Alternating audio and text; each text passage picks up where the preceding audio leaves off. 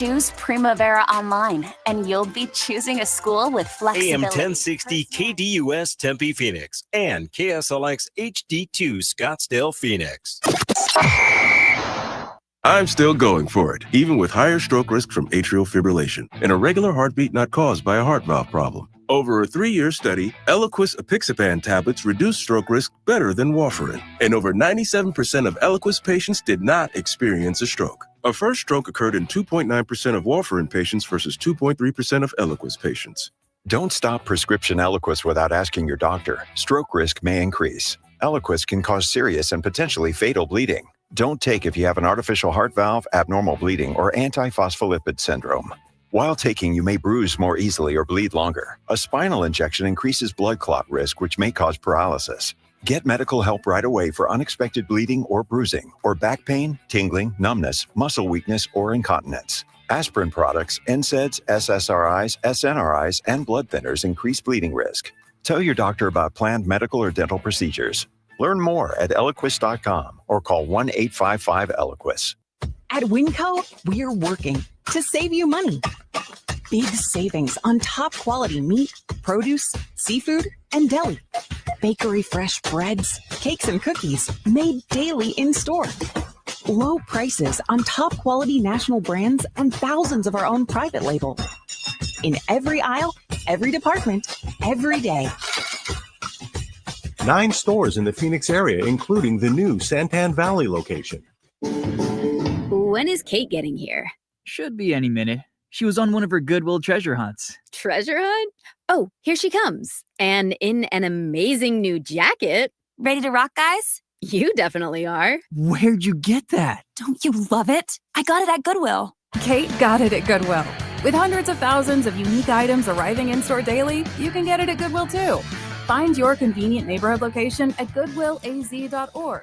Nonprofit for good. Right now at Scottsdale Mitsubishi, you can receive 0% APR for 60 full months on all new 2025 Mitsubishi models. You heard right. 0% APR for 60 months. Think how much you'll save when you pay no interest. The name, remember? Scottsdale Mitsubishi. Scottsdale Mitsubishi. We are getting ready to crown a champion. Championship weekend is coming back to the desert. Let's get this party started. 4 title races in 3 days means there will be a buzz in the air all weekend long. Whether from the grandstands, the infield experience, or the hillside. This is your chance to witness history and make championship caliber memories for the whole family.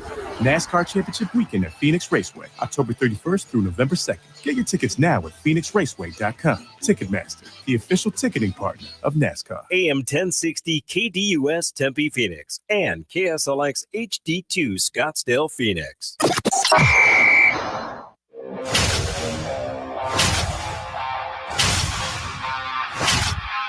It's the lunch break.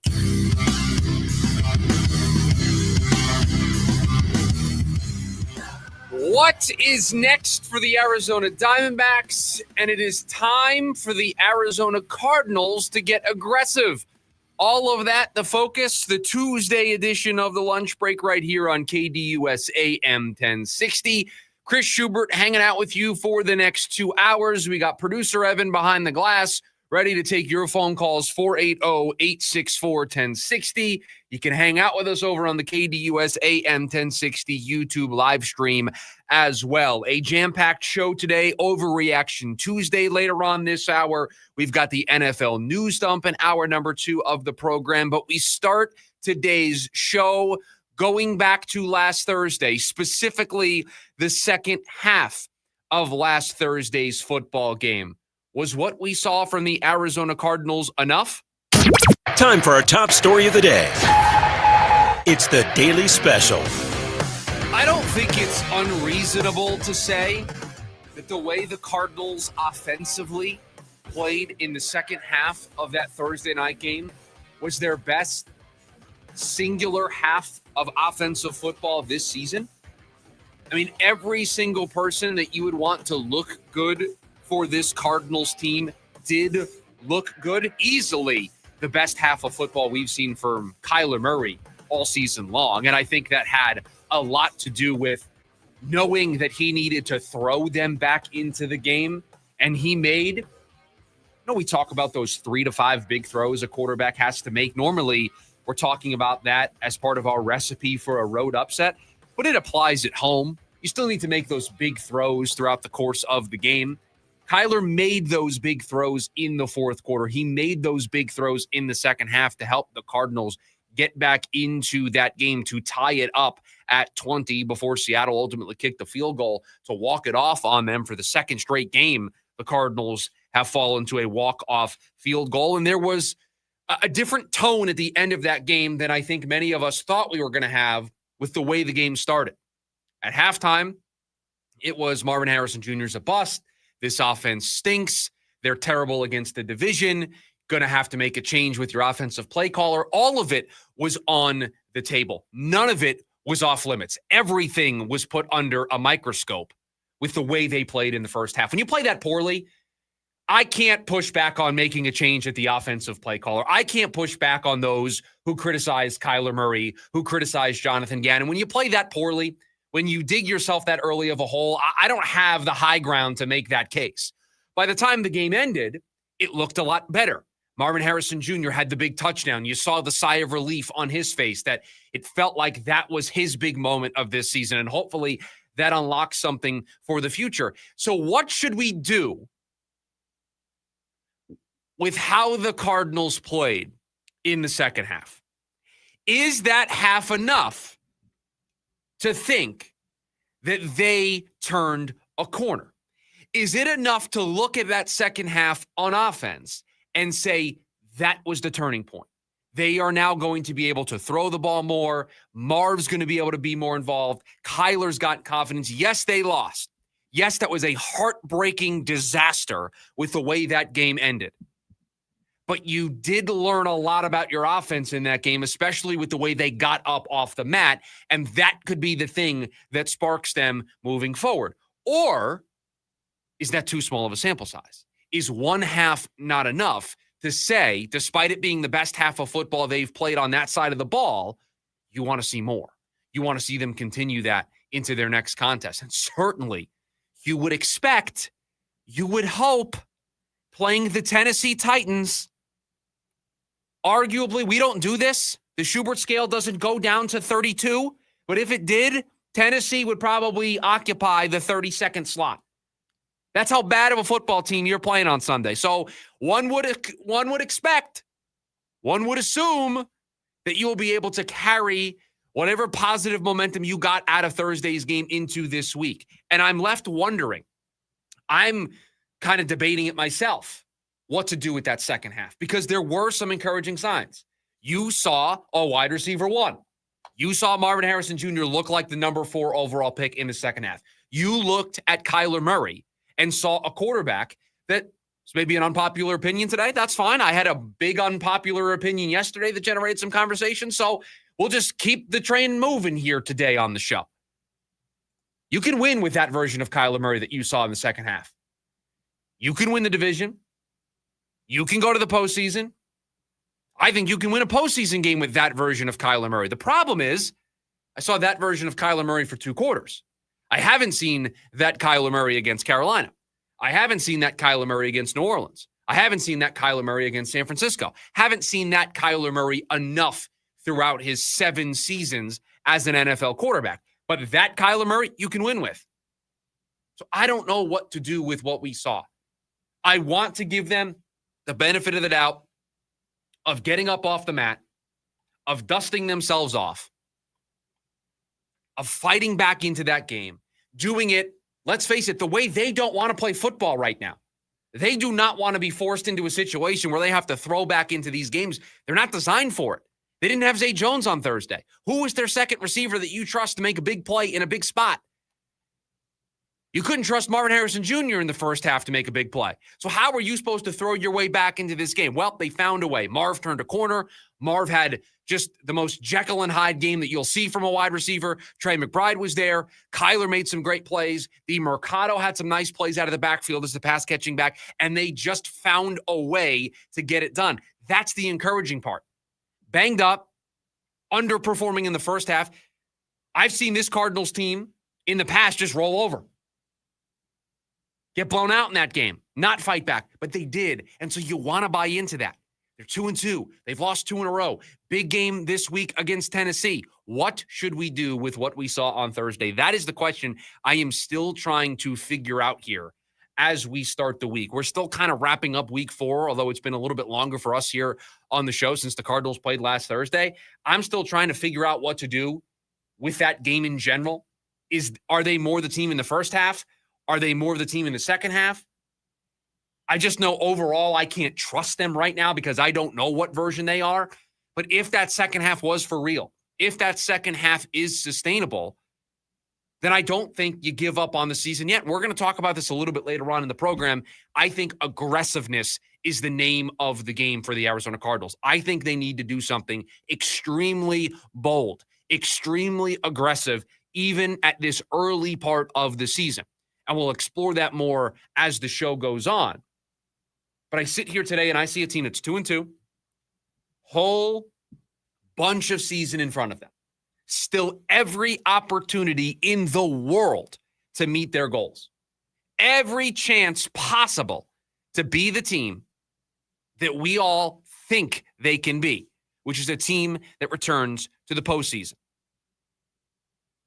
What happened on Thursday? Is it a larger scale problem of a 2-2 team that's not going to be able to win games when they're the lesser talented of the group, when they have to play perfect football, and they're only going to be able to beat teams like Tennessee, like Carolina, like New Orleans? Or is it just a small blip on the radar as this team tries to find its footing in the early part of the season? It is still September. They only play 3 preseason games. Starters played in one preseason game? So there's still, you can make the case, some rust. A lot of teams still trying to shake off some rust in the early going. Baltimore's 1-3. Kansas City's 2-2. Not everybody's getting off to great starts that you would have expected to get off to great starts in the NFL. So I do want to caution against taking a 4-game sample size in September and deciding the fate of this football team. But that's kind of the issue, isn't it? That you've seen this team for 4 games and you still don't know what they are. So I'm going to make a crazy comparison. And I think you brought up a good point. It's September.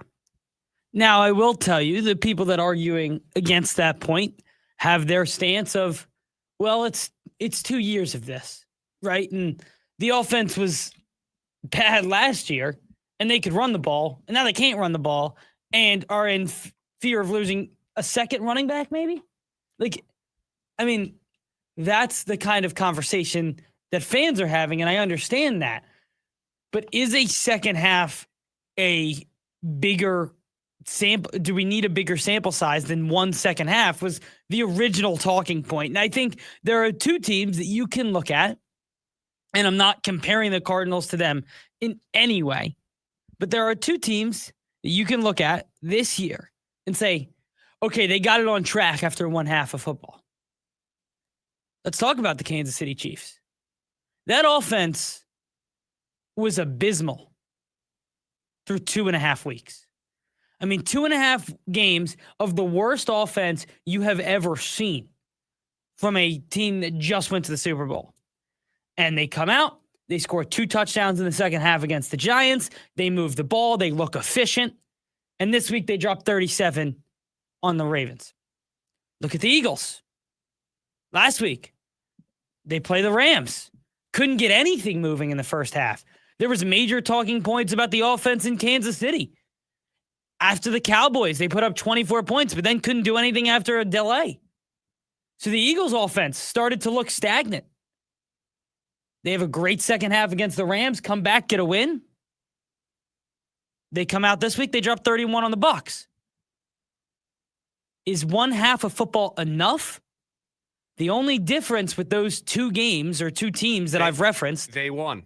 They won the game. And that's the thing, that while you were talking about those 2 teams, I can see the similarities over those teams playing 1 good half of football and it turning the page for them. But they won those games where they were able to turn the corner. The Cardinals had a gut-wrenching, heartbreaking loss again for the 2nd straight week, for the 2nd time in 5 days. So those teams got to build off of positive momentum in a win. it's so much harder to build off of positive momentum in a loss. And John over on the YouTube side said, you guys talked about they could be 6-0. We need this team to play a complete positive game. I don't trust them to do it. And I think it's that last sentence that is the overwhelming sentiment that today I can't push back against. I can't push back against you saying you don't trust this football team, because guess what? That's what I said on Friday. And I still believe it. I still believe this is a team that I can't trust in games like the last two that they've played. I can trust them this Sunday against Tennessee.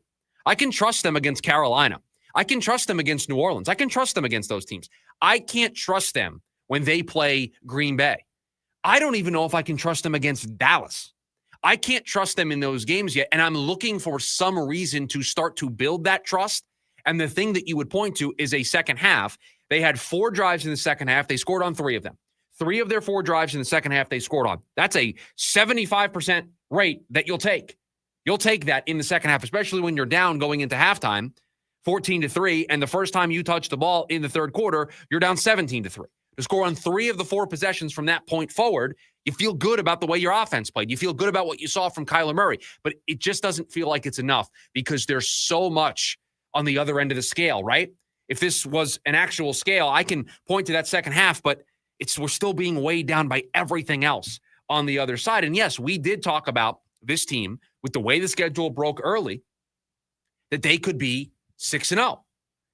And I hate to do if this goes their way, it's a different story, but they almost beat San Francisco. I think they should have gone for 2 at the end of the Seattle game. Could have won that game. We could be sitting here talking about a team that's 4-0. We're not that far off from a 4-0 Cardinals team. We're not. We're talking about a 2-2 Cardinals team, and there's plenty of internal reasons for that. But don't act like this is New Orleans today. Don't act like this is New York today. Don't act like this is Tennessee today.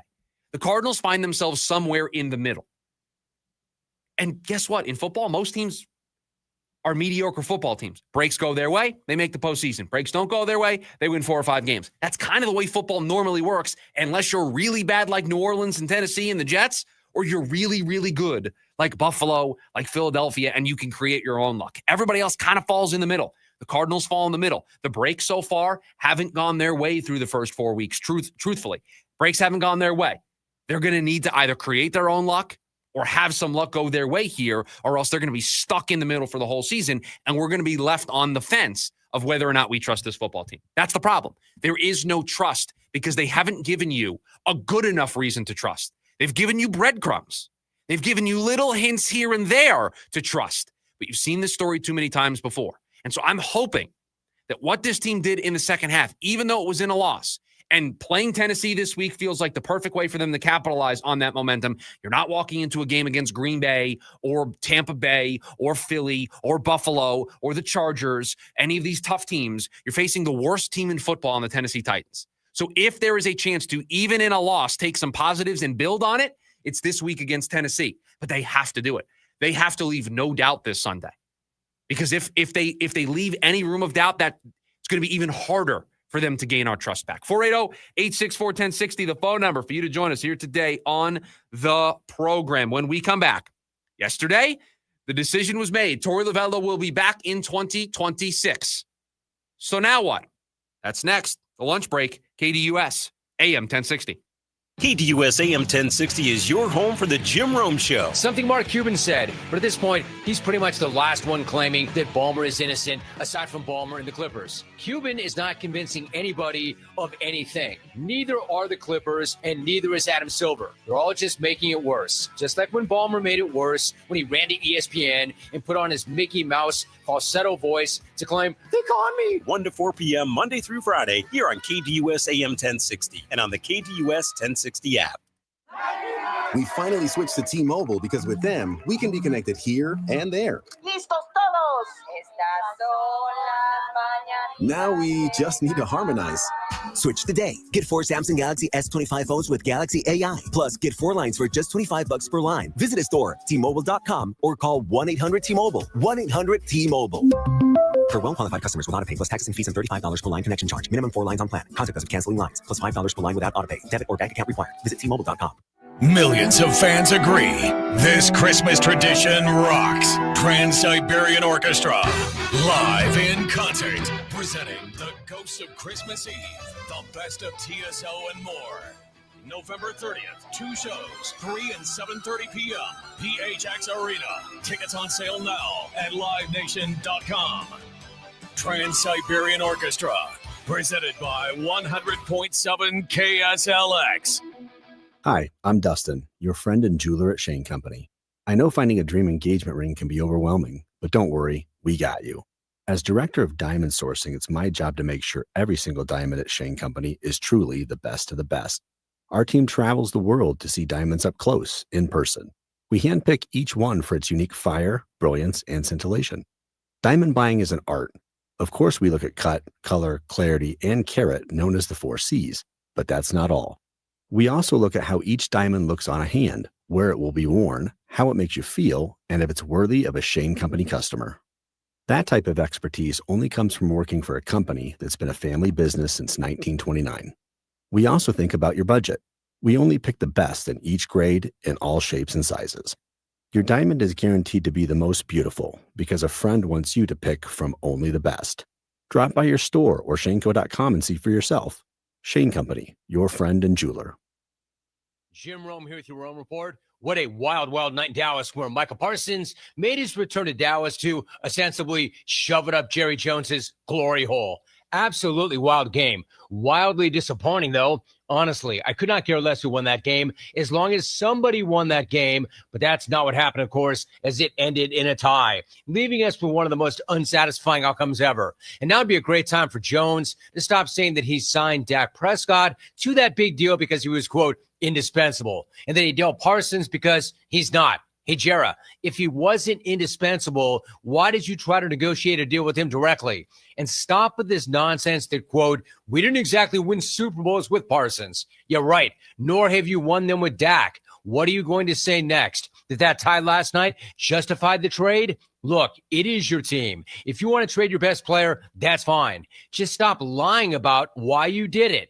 I'm Jim Rome. Remember, you can follow me on Instagram at Jim Rome.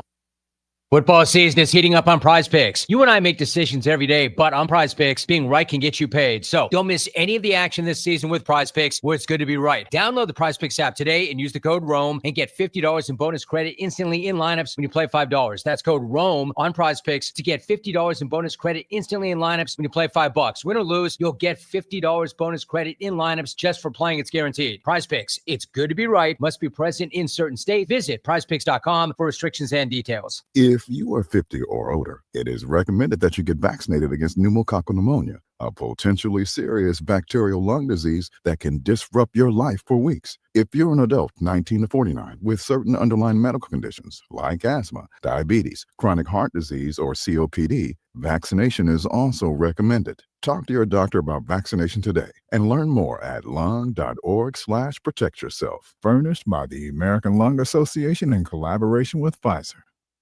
Join in on the Sports Zoo with Dave Rooster Beerstein. The most shocking play of the week, and there was ton, from the blocked kicks and the punt returns, but still the reality that Patrick Mahomes made the best defensive play of the weekend on a backwards pass he threw, that he then went and stole the ball from a defender. The Chiefs might have lost that game. Who knows how the momentum changes if Patrick Mahomes was to get that ball back and the Giants get that on the 5-yard line and score a touchdown. Live weekdays from 5 to 6 p.m. here on KDUS AM 1060 and on the KDUS 1060 app.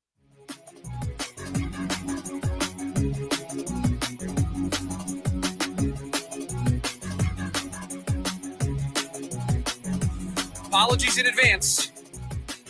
Brian, our good friend over on the YouTube side of things, said that he can sense his blood pressure rising if we are going to talk about Torey Lovullo and the Arizona Diamondbacks. Now, I do care about the health and well-being of all of the listeners of the lunch break. And so, Brian, I don't wish that for you, but I can't avoid talking about the top stories of the day and the Diamondbacks. The decision that they made yesterday and the tree branches off of that continue to be a top story.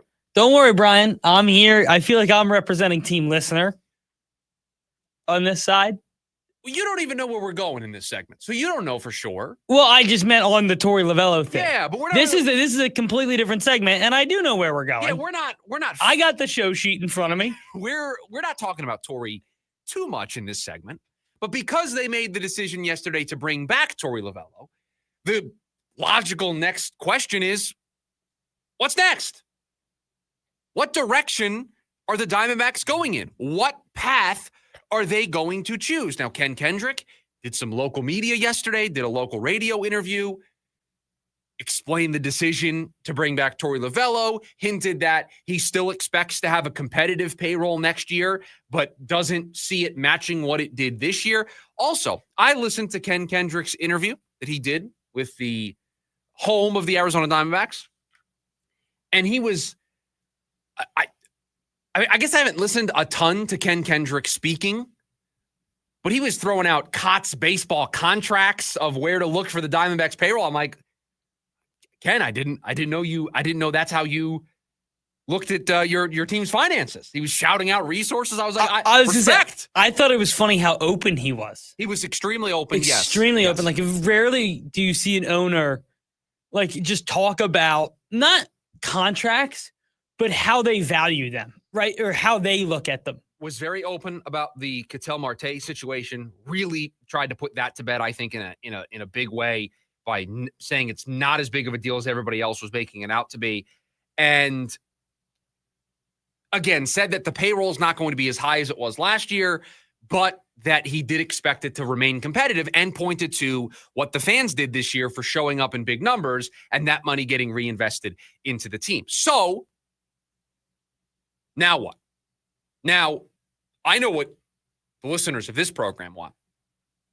I heard from you yesterday. I heard from you at the trade deadline. I heard from you all throughout every single conversation that we have had this summer about this team. You want a competitive baseball team. You want this franchise to be held to a high standard. I got that. That message is not lost on me. You want me to hold the team to a high standard. You're holding the team to a high standard. You expect this team to be in the upper echelon of well-run baseball organizations, well-run sports franchises. That's the bar you're setting for this team, and you should. It's a major market. All of these franchises, the Cardinals, the Suns, the Diamondbacks, should be well-run. The major football program on the college side, ASU, should be well-run. This is a big enough market with big enough resources, with enough things to draw people here. There should be no excuses for why you can't be extremely well-run. So I'll hold them to that high standard.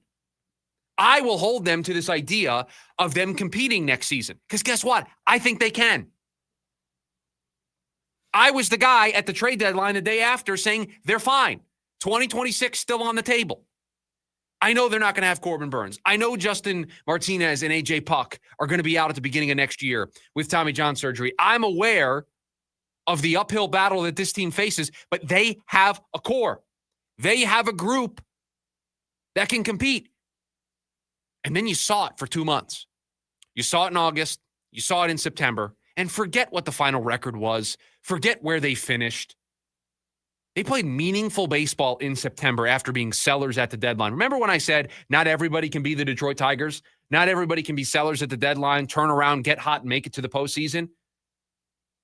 Because sometimes you're the Detroit Tigers and you play this well and you still fall short. That's what the Diamondbacks were. Diamondbacks didn't do a whole lot different from what the Tigers did. Tigers just got a little bit more lucky and were able to sneak in. Diamondbacks missed just a little bit. So how do we get to a place of this team competing in 2026? Because there's a laundry list. Need a first baseman.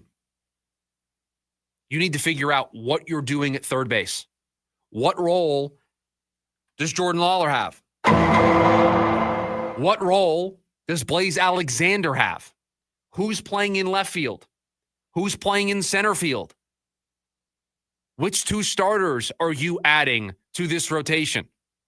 You need to go out and sign a veteran back-end reliever. Maybe not your traditional closer type, but a high-leverage seventh-inning guy, a high-leverage eighth-inning guy that's a veteran, been there, done that, has been a setup man, maybe somebody with some closer experience. He hasn't officially opted out yet, but could you see the Diamondbacks making a splash and signing Edwin Diaz? That may be a little too rich, but Maybe you have to take a swing to get a high leverage reliever out there in that pen to give Torey one guy he can consistently trust and consistently count on. But I listed all those things out for you. It's a lot. Not even the best organizations, not even the organizations flush with resources. Think Boston Red Sox. Think Mets, Yankees, Dodgers. Think the best of the best in this sport. I don't know if they could solve all of these issues in one offseason. So you're going to need some internal options to step up. Can Jordan Lawler be my starting third baseman? Can Blaze Alexander be my starting center fielder? So now I'm going into the offseason needing just a first baseman, a left fielder, 2 starters, a reliever. That's still a massive grocery list. And then you add on top of it a team that, let's face it, it's not going to spend the way everybody else is going to spend. Has limited resources. So you're going to need some internal players, internal resources to step up, and you're also going to have to nail the moves you do make in free agency. You're going to have to excel at finding the right pieces, the right people, the right fits, and allocating the dollars accordingly because you don't have many. You don't have a lot of dollars available to you this offseason. So maybe you look internally for the 2 starters. Maybe you look internally for the making the rest of your bullpen because you're not going to have a ton of money to spend around. So the direction is they've got to see how much they can actually fix in free agency, how much they can actually fix via making trades. I think Mike Hazen is going to turn over every stone possible to make this roster better. Every option should be on the table, every single one. Understand you have a core. Corbin Carroll, Ketel Marte, Geraldo Perdomo. Those 3 players are your core. You got a lot of offense built in those 3 players. Got to have good defense. Got to fill these positions. Got to figure out who's going to play first base. Sorry, Tyler Locklear, but you did not win that job. Sorry, Pavin Smith, you did not play well enough to win that job. Sorry, Adrian Del Castillo didn't play well enough to win that job. You're going to need a DH. I didn't even put that on the list. Who's DHing for this team next season? All of these are questions. And unfortunately, not even the best of teams get all of these problems solved in 1 year. So you have to pick the ones that are the most important. To me, it's the pitching side. You have some young starters that could help at some point in 2026, but you need some veterans. You need some veteran arms to fill out the back half of this rotation, and you also need a veteran back-end reliever. You need somebody with experience who's been there, done that, maybe not a closer, maybe just an 8th inning guy who's been a closer previously in other stops, but can slot into the 7th or 8th inning and set things up for you. But you need a leader out there in that bullpen. You need, in the circle of trust, the trust triangle, the trust tree, for Torey Lovullo in that bullpen, you need one guy. You know who that was in the past? It was Kevin Ginkel. That's who that guy was in the past for Torey Lovullo. You need to find the next Kevin Ginkel for this team. But it's just a lot to do in one offseason. So they've decided to keep the manager. They're talking about remaining relevant. They're talking about fielding a competitive team in 2026. So there is a lot of work to do. And the first thing you got to do is self-scout. You have to actually look in the mirror. Take a good, long look in that mirror, self-evaluate your team, and decide, can I start 2026 with Jordan Lawler as my third baseman? Can I start 2026 with Blaze Alexander as my center fielder? Can I start this year with the rotation options that I have in this system? And be brutally honest, because the only way you turn this around, the only way this gets fixed is if Mike Hazen and everybody involved in that front office is brutally honest in their assessment of where this team is. There is a lot of work to be done. I would prioritize the pitching side. I think you have more options internally in guys that are close and guys that will become close in 2026. On the hitting side, to fill first base, to fill the outfield spots, to figure out who's playing third. You've got catcher, second base, shortstop, right field. All those spots are figured out. I think you got more answers internally on the hitting side, so you're going to have to fill the holes, the gaps on the pitching side. But that's just me evaluating it from my view. They're going to do a much deeper dive and have a better assessment of things. 480-864-1060. Brian, hope the blood pressure is doing okay. Hopefully that was a good enough conversation for you so that you're still with us here into segment 3 of the program. You can hang out with us over on the KDUS AM 1060 YouTube live stream as well. When we come back, it is a Tuesday. It is Overreaction Tuesday. Our biggest hot takes, our biggest overreactions to what we saw in week 4. Yes, we have fun. We're outlandish. We're out on a limb. I've got 3 hot ones today. Get to them next. It's the lunch break. KDUS AM 1060. Ready to tackle each morning with the best sports information coming at you? I'm going to take a logical approach. Get that weekday mornings on KDUS AM 1060 from 6 to 9 a.m. with the Dan Patrick Show. Dan Patrick, the Danettes, sports icons, sports legends, celebrities, poll questions. The Dan Patrick Show has it all. It's a crapshoot. Be sure to lock your dials to AM 1060 or 100.7 HD2 from 6 to 9 a.m. Mornings just got better. This story is about us. I got my first real 6-string. Brian Adams, Roll with the Punches Tour 2025. A night full of hits, live at PHX Arena, Saturday, November 15th. With special guest Pat Benatar and Neil Giraldo. Get tickets now at livenation.com. Meet Barkley.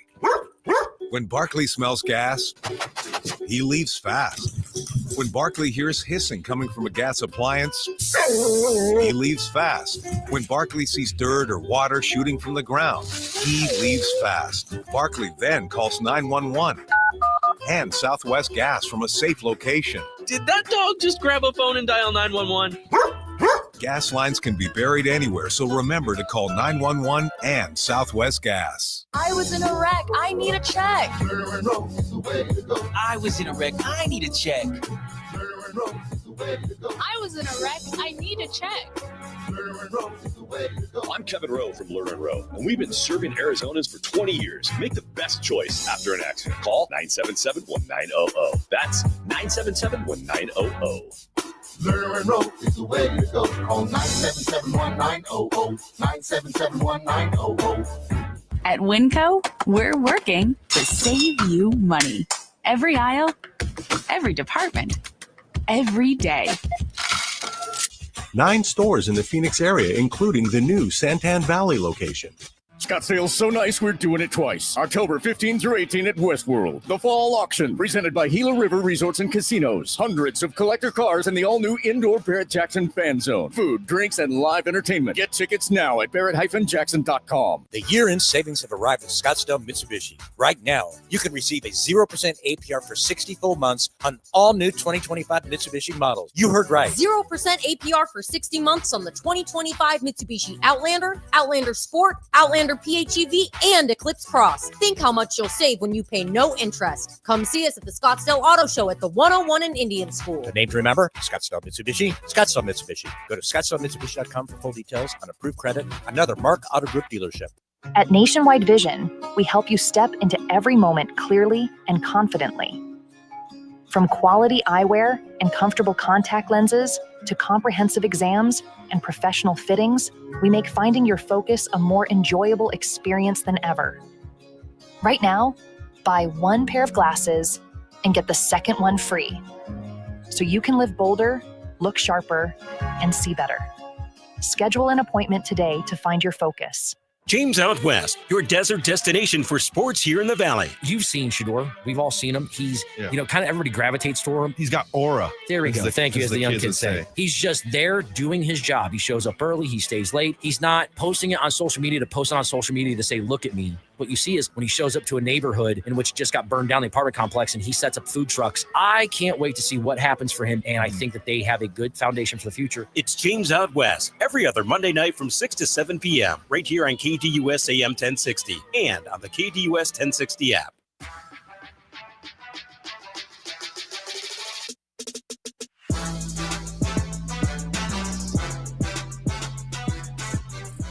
Welcome back into the lunch break here on KDUS AM 1060. Chris Schubert, producer Evan, and you hanging out with us here. It's Overreaction Tuesday on the program. Our hottest takes coming out of week 4. So yes, this is designed to be outlandish. This is designed to get you thinking. Very provocative instant overreactions to week 4. I believe it is your turn to go first. It is. I was just about to say that. It is totally my turn to go first. Are you ready? I'm sitting down, so that's normally a good thing. Okay. Don't expect any crossover today. The Chargers still aren't real contenders. Now, you've been waiting in the weeds on this one. You've been lurking in the bushes. You couldn't say this when they were 1-0 and they beat the Chiefs in Brazil. Couldn't say it at 2-0 when they beat the Raiders. Couldn't say it at 3-0 when they had to come back win. You know, it's a shame, too. When you lose to the Giants, it takes away the first 3 weeks. I mean, I know it doesn't actually count as 2 losses. It feels like it does.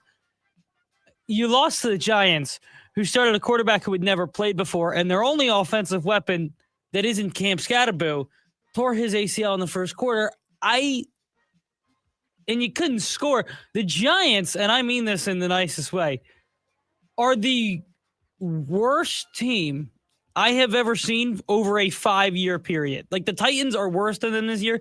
The Giants will never be good. Will never, ever be good again. And over the last 5 years, they've been the worst run organization in maybe all of sports. It's a bad loss. I am not going to try to defend the loss. I mean, it was a West Coast team coming east to play the early game. It was a setup from the word go. It's the Giants. New quarterback bump, though. We talk about the new coach bump, new quarterback bump. The Giants got at home. No, it was a bad loss. The Colts and the Jaguars will both make the playoffs. So you're now in on the Jags is what I'm getting from this one. Yes. So you were waiting in the bushes on the Chargers. Well, I don't even know how in I was on the Jags. I think the Niners actually might stink. But then to see Liam Cohen walk off the field and tell Robert Saleh to keep his name out of his mouth. I was just going to say, please clean this up before you cannot quote this verbatim on the air. No. You can't do that. But to have some colorful language for Robert, it fired me up on the Jags.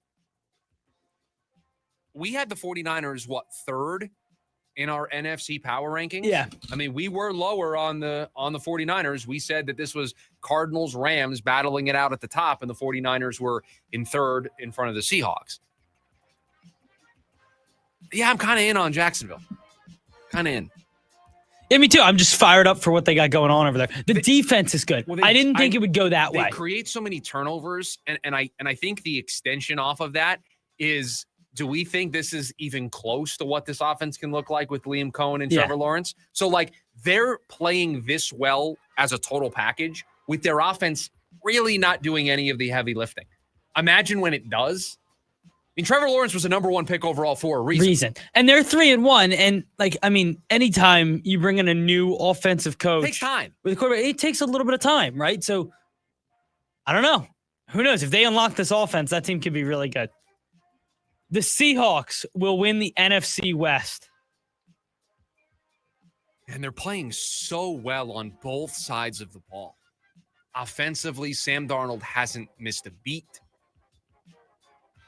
Clint Kubiak has that team just flowing. You kind of expected, and maybe we didn't do a good enough job of this in the rankings in the summertime, but year 2 for McDonald with his guys, his system, the defense, the floor to be raised a little bit. We almost didn't talk about that enough. And I think, I'll be very honest with you, I think if we did these ratings again, or those rankings again, it would dramatically change. Right now, in all seriousness, and I don't want to be this guy, but Gannon's 4 on coaches. Yeah, and I think Darnold is 2 at quarterback. Yeah. And we had him, 3 or 4? Yeah. Forget it. I can look in the book. I don't have the book in front of me. I can look in the book and see where we had them. And you could make the argument that Darnold's been better than Stafford.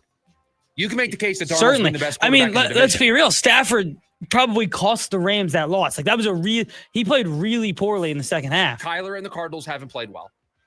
Purdy's been hurt. And when they fine. And when he has played well, or when he has played, it's not been efficient. Their quarterback play's been fine. Yeah. So Darnold's been the best quarterback in the division. Certainly. We did not have that when it started. So just that position alone would change. So yeah, I can see this. How spicy do you want me to go out of the gate here? I always try to save my spiciest for last. I thought the Seahawks one was my spiciest. How about this? I'll tell you the three teams. You pick which one we get. I have a Steelers-related one. I have a Jets-related one. I have a Giants-related one. Start with the Giants. The Giants need to trade for Chris Olave or another big-name receiver. Right now. This week or next week. You have a young quarterback. You have to get him help. You've lost your best offensive playmaker. You don't really feel like you have anybody else in the room. I don't hate it. You have a quarterback in Jackson Dart who showed a bunch of positive signs in week one. And I don't know. I don't know if Jackson Dart's the answer in New York. But here's what I do know. My best chance of evaluating him is surrounding him with talent. Certainly. And even with Malik Neighbors, you needed a wide receiver too. So why not? If you traded for Chris Olave today, let's say the Saints were listening, and you could trade for Chris Olave right now. If Jackson Dart stunk, you still have Chris Olave. Like, you're not trading for a bad receiver and hoping that Jackson Dart makes him good. You're trading for a good receiver in the hopes that that's going to help Jackson Dart out. What helped Josh Allen? Getting Stephon Diggs. And I'm not saying that Chris Olave is Stephon Diggs, but you understand the importance of pairing a quarterback with a receiver that can help him. And boy, Olave or another receiver that could be available, Calvin Ridley in Tennessee, pairing that receiver with Malik Neighbors, with Jackson Dart, you can kind of start to see the train leaving the station. You don't think the Giants can win anytime soon. This is a way for them to start to win. So I would do this. I would be aggressive. They're 1-3. Here's my other thing. If you're the Giants, like, what are you going to have to give up to get Olave? If I'm the Giants, I'm not giving up anything before round 4. I have too little. Okay, hold on. Let's say it was a 3rd round pick. Just hear me out for just a second. How many years of control do I get on Olave? He might be due a contract. Look that up for me because that would change what the compensation I'd be comfortable giving up. But let's, for right now, just say it's a 3rd until you correct me on how many years Olave has left. Chris Olave right now is better than any receiver you would take with that 3rd round pick, no? Probably, yeah. So if I traded a 2026 3rd round pick today for Chris Olave, that's better than if I took a receiver with that 3rd round pick to help Jackson Dart, and I get to speed up the process for Jackson Dart. Okay, so the Saints exercised the 5th-year option on Olave. So he has... That is next year. So they have all of 2025, all of 2026. This is perfect. At the start of 27, he's a free agent. This is perfect. You trade for him. You give up a 3rd. You get 12, 13 games of him with Dart. And if he plays well, you pay him. Boom, solved. Neighbors, Olave, Dart, Scattaboo. Yeah, you start to build something. And then you just draft offensive linemen. More teams need to be aggressive. Hint, hint. Because we're going to get to this in hour number 2 of the program. More teams need to be aggressive early on with their young quarterbacks in surrounding them with infrastructure. Take calculated risks. Trading for Chris Olave today would be a calculated risk by the Giants. You're going to need the skill position player at some point. Why not speed it along? Yeah, I mean, and I hate to use this example because everybody knows I'm an Eagles guy, but look at the Eagles, right? Went out and traded a 1st for A.J. Brown. Right. You took the calculated risk to improve the Jalen Hurts situation. How's it working out for him?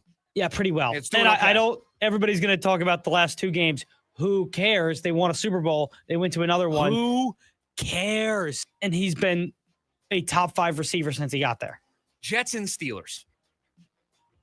Which one do you want? Give me the Jets. The Jets will stay in New York. The Jets will win at most 1 game this season. Look at their schedule. 13 penalties for 101 yards last Yeah, time. it was, correct me if I'm wrong, 7 procedural penalties? Is that right? I stopped counting at one point. Yeah. I mean, that's really bad. It sounds right. I just stopped counting. Yeah, so, well, you're gonna get on me on this one. You got Cowboys at home. It's a loss. They're going to score 70 points on your defense. Broncos at home. That's that. So it's a home game. Technically, that game's in London. Okay. So, but they will lose that game. Yep. Panthers at home. That's the one. That's the one I might be able to give them. Yeah. So, okay. So let's give them that one. At Bengals. That's Jake Browning still. Possibly, but I mean, the Bengals might be the worst team in the league. The Jets don't have. I don't want to give away anything in buy or sell, but Bengals stink. The Jets think out loud. The Browns at home. Not against that defense. Your offense is going to be able to move the ball. I agree. In New England. Not happening. Obviously at Baltimore. Not happening. Home against the Falcons. Not happening. I just want to say this. Jeff Ulbrich revenge game. The defensive coordinator for the Falcons was the interim head coach last year. I don't care. The Falcons did lose 30-0 to the Panthers 2 weeks ago. And then beat the Commanders this week. Yeah, and the Panthers, again, lost by 30 to the New England Patriots. I thought it was 29. 29. The Dolphins, the Jags. You could win in New Orleans.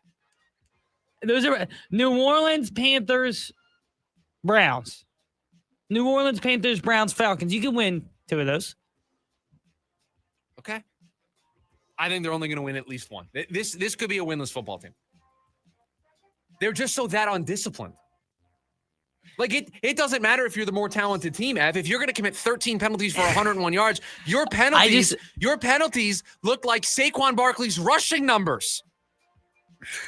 That looked like a stat line for Derrick Henry or Breece Hall or Saquon Barkley. Was this because they were your 2-point play? No, they were my 1-point play. 1-point play? My 2-point play worked out pretty well. Had it the whole, never a doubt. Never a doubt. On the Broncos minus 7.5. We're gonna get into that. During the news dump. Couldn't have been more right. My last one.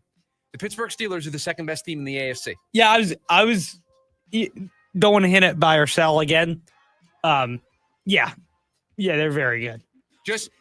And it's not so much about them. It's about everybody else. I can tell you who it's about. Do yourself a favor. Go look at the AFC standings today for the postseason. You'll be surprised. You'll be surprised at where the Steelers are. They're the favorites in that division. They've got a 2-game lead on the Ravens without having played them yet. The Bengals, the Browns, they're in a really nice spot in that division. He's getting the ball out so fast right now. He's not playing great, but they're well coached. He's 42. He's not playing to the Aaron Rodgers back-to-back MVP level. Is he playing winning football? Yeah. They're winning games, and he was extremely efficient in Dublin. And he had a few Guinnesses before. They are well coached. They do the little things mostly right. Mike Tomlin doesn't handle end-of-game scenarios the best, but So just looked at the clock. Yeah, we'll get out of here. We got buy or sell coming up on the other side. That is your Week 4 Overreaction Tuesday here on the program. When we come back, we'll wrap up hour number 1. Little buy or sell. It's the lunch break. KDUS, AM 1060. On your ride home from work, join in on the Sports Zoo with Dave Rooster Bierstein. If we owned our own football team called the Angry Roosters, and we kept signing people to contracts, and they weren't honoring their contracts and kept demanding raises, at what point do we throw our hands up and just say no to everybody? We signed you to a contract, play out your contract, and that's it. You earn a better contract on your next one, we'll pay you for that. Live weekdays from 5 to 6 p.m. here on KDUS AM 1060 and on the KDUS 1060 app. Judas Priest and Alice Cooper. No more Mr. Nice Guy. The Metal Gods, Judas Priest. The godfather of shock rock, Alice Cooper. October 22nd, Talking Stick Resort Amphitheater with special guest, Corrosion of Conformity. Get tickets now at livenation.com. Presented by 100.7 KSLX, part of the America First Credit Union Concert Series. Every day, reliable, comfortable, connected. Every day you rely on power. At APS, we work around the clock to deliver some of the most reliable power in the country. But with Arizona's extreme weather, outages can happen. Stay safe and informed with alerts by keeping your contact information up to date. And visit our outage center for updates online or on the APS app. For more ways to stay safe and informed, visit aps.com/brighter. Stay at the heart of it all with a special Cliff Castle room rate starting at just $99 with no resort fees. Less fees mean more ways to choose your next adventure at the gateway to the region's best gaming, entertainment, and natural wonders. And expect service from the heart as well. We think you'll love your stay with us and all the value we provide, starting at just $99 with no added fees. Cliff Castle Casino Hotel, at the heart of it all. Valid Sunday through Thursday. Some restrictions apply. An enterprise of the Yavapai Apache Nation. Global Credit Union, how can I help you? It's one of those voice prompts. Representative! Good morning. How can I help? Wait, is this a real person? It's 2 a.m. We're here to help members 24 hours a day, 7 days a week, 365 days a year. Impossible. At Global, possible. Learn more at globalcu.org. Global Credit Union, your world of financial possibilities. The Varsity Sports Show with Vince D'Alessio is your hub for everything high school and college sports. Join Vince and friends as they give you the full picture on student athletes and where they're heading. Live interviews with coaches across the valley. Asking some of the tough questions. Varsity recaps and in-depth interviews with tomorrow's sports stars. The Varsity Sports Show with Vince D'Alessio. Live every Saturday morning from 9 to 11 a.m. here on KDUS AM 1060 and on the KDUS 1060 app.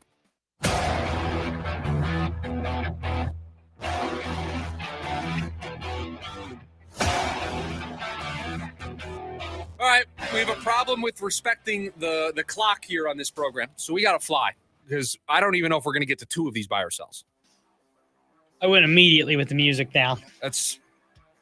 We just got to keep things moving. Do I even provide commentary? Do I just buy or sell these and we just buy move or on? sell? I'll try to be quick. We got a little more time than you think. We can do this. All right, I'll start with kind of what we finished. The Steelers will win the AFC North. Oh, I'll buy this. Yeah. They're just in a really great position, right? Baltimore's 1-3, so they have to dig out of that hole. Lamar's got the hamstring injury. Browns aren't going anywhere. I mean, the Bengals might be the worst team in football. I mean, the Bengals are really bad without Joe Burrow. They certainly might be. They are terrible. I know we don't do this. Make a trade for a quarterback to stay relevant, please. You're 2-2. You can still save this season. Like, this is one of those times where you give the MVP to Joe Burrow because he's clearly the most important player in the sport, because the Bengals look like they look like an expansion team without him. No, I know. It's so bad. It's really bad. So, yeah, Steelers in the driver's seat. Thursday's second half will be what unlocks Marvin Harrison Jr. for the rest of the year. I will buy this as well. I'm not sold on it being a team-wide thing. I am sold on it being a Marv thing. The D-backs will at least make one decent-sized trade during the offseason. Buy. They have to. They don't have the resources to just throw money at all of their issues, and so they need to get creative. And I don't need to go way back in the time machine to do this. It's how they solved their first base problem last offseason. Christian Walker left in free agency, signed with Houston. Paul Goldschmidt reunion was off the table. Carlos Santana wasn't coming here, so what did they do? They traded with Cleveland, and they got themselves Josh Naylor. Picked up a first baseman for $10 million and had a really great season, and they flipped him at the deadline. It was a nice job. Mike Hazen has shown an ability to be creative in the past. He'll have to be creative this offseason as well. A lot of buying so far. Tarek Skubal is the only person I would want in the league in a one-game playoff. He's the number one guy. Need to win it. Who do you want going to the mound? I'm taking Skubal. Paul Skeens, a healthy Garrett Cole. Trying to think of who else I would put in that category right now in the sport. Do you have any more buy or sells, or do I have some room to kind of think about this for a second? I have one, but it's bad. Okay, you're okay. I'll give it to you right now. I love the self-scouting. I love the self-scouting. It's just my weakest. That's kind of the reason I didn't think we might not get to it. So I went with my weakest one last this time, actually. Okay. I'm trying to think if there's any other starter. Paul Skeens, a healthy Garrett Cole, Garrett Crochet. Just trying to think if there's anybody else across baseball. Yeah, I mean, a healthy Zach Wheeler. I just don't even know if I put him in that conversation. I don't. And I love Zach. I don't think I put him in that tier. I would say a healthy Spencer Strider, but we've seen a healthy Spencer Strider, and he isn't good. Healthy Chris Sale? Not anymore. Of Chris Sale? No, this version of Chris Sale is pretty good. Not in that conversation. If you're not going to put Wheeler, you can't put Sale. Okay. Right? Like, they're in the same field. Oh, that's fair. That's fair. Just trying to go through the teams. Hunter Green's too early. Yeah, we'll see it tonight, right? Probably. Yeah. I mean, by the time the postseason is over, if the Reds go on a run, then yeah. But I think it's a little early. I'm excited to see him line up against that lineup tonight. Is there anybody in the American League I'm not thinking about? Any of the Seattle pitchers? And I like Seattle staff a lot. I just don't know if they have anybody I would take in a one game. Jacob deGrom? Yeah, when healthy. Like, how do you not, right? Just from what he was. and he still did it this year for Texas. Yeah, at he was times. awesome this year. It's a short group. I will say that. It is that table, it's not one of those long tables. No, it's a circle. It's a circle, and it's invite only, and there's not many invites going out. Hour number 1 of the program in the books. When we come back, is it time for the Arizona Cardinals to get aggressive? That's next. The lunch break, KDUS, AM 1060.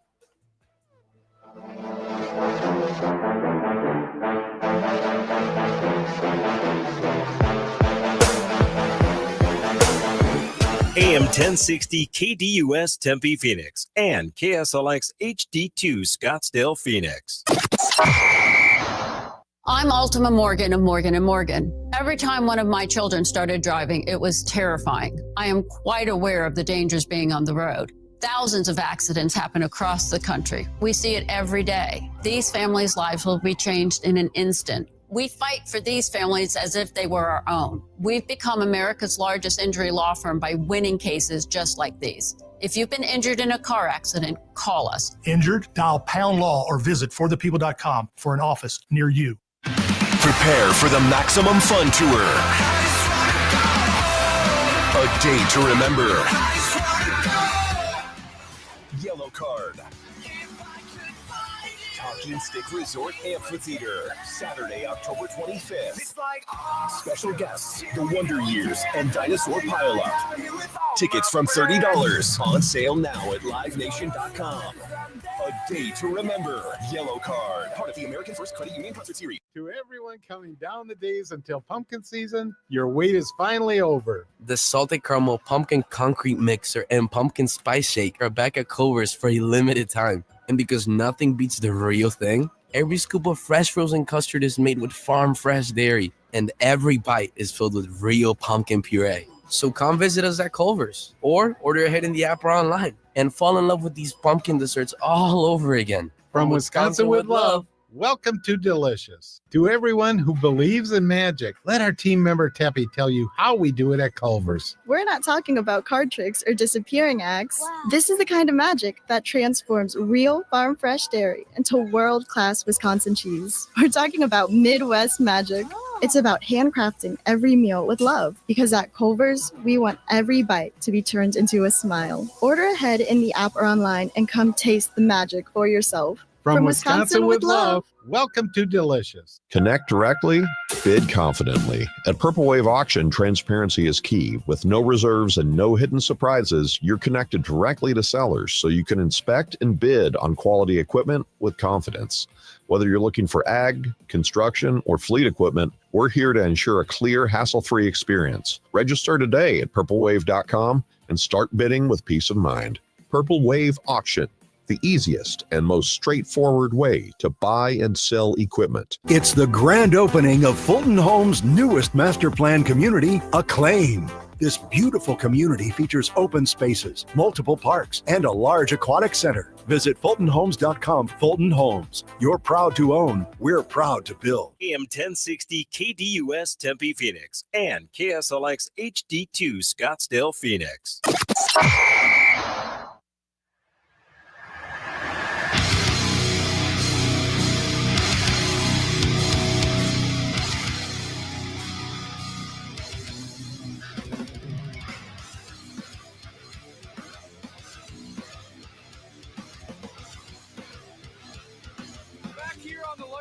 Hour number 2 of the show. Thanks for hanging out with us. A lot of playoff baseball on right now. I've got Tigers Guardians on. Yeah, that was actually my last buy or sell, is that the start times are bad for baseball. We've got another game starting right now, right? Yeah. We have Cubs Padres. I'm excited for that series. I can't believe that one's midday. Now, this is tough for me right now because I have the TV on in this studio, and it's watching Tariq Skubal just absolutely dominate the Cleveland In a Guardians. 1-1 game in the 8th. 2-1. Sorry, in a 2-1 game in the 8th, you have to keep this one on. That's what I was going to ask. Yeah. And then when this game is over, or, then you flip to the or other. if the Tigers put up like a 6 spot here, then and you, it's 8-1, you flip it. Then I flip over. I just at 8-1. Let me ask you this: okay. How many runs do the Tigers have to score for you to fathom taking Tariq Skubal out of this game? I'm telling you right now. I said this to producer Evan during the break. if AJ Hinch attempts right now to take Tariq Skubal out of the game, he may rip the stadium to pieces. He may throw things in the dugout. His interviews, he seems like a pretty normal guy. On days he pitches, he is a different person. I don't think they have not shown in the broadcast a single glimpse of the bullpen, of the Tigers bullpen. So I don't expect at 2-1 right now in the top of the 8th for them to make the change. I would need 5 runs to feel good. I would need to be up 7-1 to start to feel good about things. Because you still have relievers that you trust, right? And we're in the 8th inning. You have at least 2 relievers that you trust. So you don't get to this point without having at least 2 guys. So you get me 7-1. You get me a 6-run lead. I could let Skubal go until the first base runner, and then I can take him out. But this may be the only time you get him in the postseason. Yeah, depending on how the next 2 go. You have to win this series, and so I need to maximize what he gives me when he's out there. And and in theory, so I'll have him pitch today. I'm not going to have him pitch game 1 or 2, probably, of the ALDS if I get past this. Then we're talking about, what, Monday? Tuesday? He pitches again? It could be a full week. And even more importantly than that, if he goes the full 9, if he throws a complete game here today, you've now saved your bullpen. You can be extremely aggressive in game 2 if you have a lead early to try to end this thing before it goes to a game 3. Exactly. Because you won't have used anybody for 3 straight days. You buy yourself time. And I just think you buy yourself freedom as a manager to be extremely aggressive. Yeah. Like my starter doesn't have it early. I'm going to the bullpen because I want to win this game. I don't want to go to a game 3. So that's baseball, playoffs, bunch of games today. 1 game in the 8th. Had some fun. A lot of, obviously, but because game 1, but a lot of great pitching matchups. Obviously, this one's been awesome. Hunter Green Yamamoto is going to be must watch tonight. Yeah, it's going to be a lot of fun to watch a bunch of playoff baseball. Back into football here to open up hour number 1 of the program. Is it time for the Arizona Cardinals to get aggressive? And this is a bit of a launching point off of one of my overreactions for Overreaction Tuesday. If you remember, I had the overreaction that the New York Giants should aggressively go out and pursue a wide receiver, and I name-dropped Chris Olave. Well, the New York Giants aren't the only team that could aggressively pursue a wide receiver. You know who else should aggressively pursue a wide receiver? The Arizona Cardinals should aggressively pursue a wide receiver. They should be working the phones right now to get a wide receiver 2 in this building, not just because it was a misstep on their part in the offseason to not address this, and they need to bring somebody in. But also, I think your offense might be changing here a little bit. I know they're going to try to find balance and run the football, but without James Conner, I do think they're going to have to add in some more passing elements. You can't do it with this current offense. And so if they are considering ditching the 12 personnel, ditching the 13 personnel, showing us more of what we saw in the second half of the game on Thursday, you need a deeper, better wide receiver group. Marvin Harrison Jr., I think what happened on Thursday is the turning point for his season, but what if it's not? You don't have the horses. You don't have the dudes to do that. You don't have the group to transition your offense in the middle of the season, and you are 2-2. You've lost 2 in a row. You're 0-2 in the division.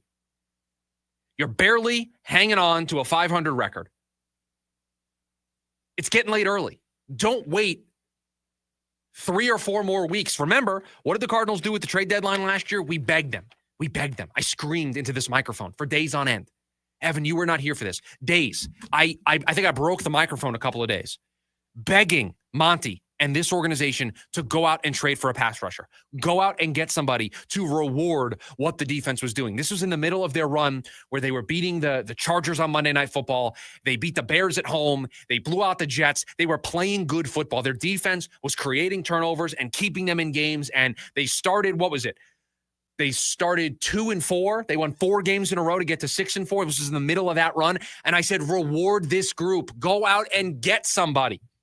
I don't want to have to scream like that again for a wide receiver too. Be proactive.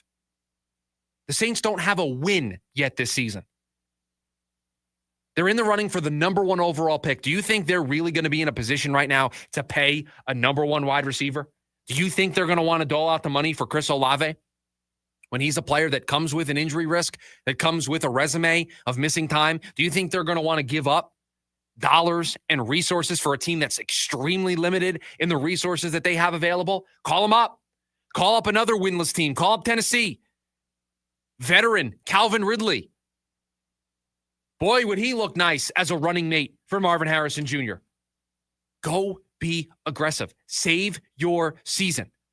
Not to say that the Cardinals season is on the brink, but don't wait another 3 weeks. Get somebody in here now. Get the most amount of time that you can with somebody on this roster to help an offense that needs help.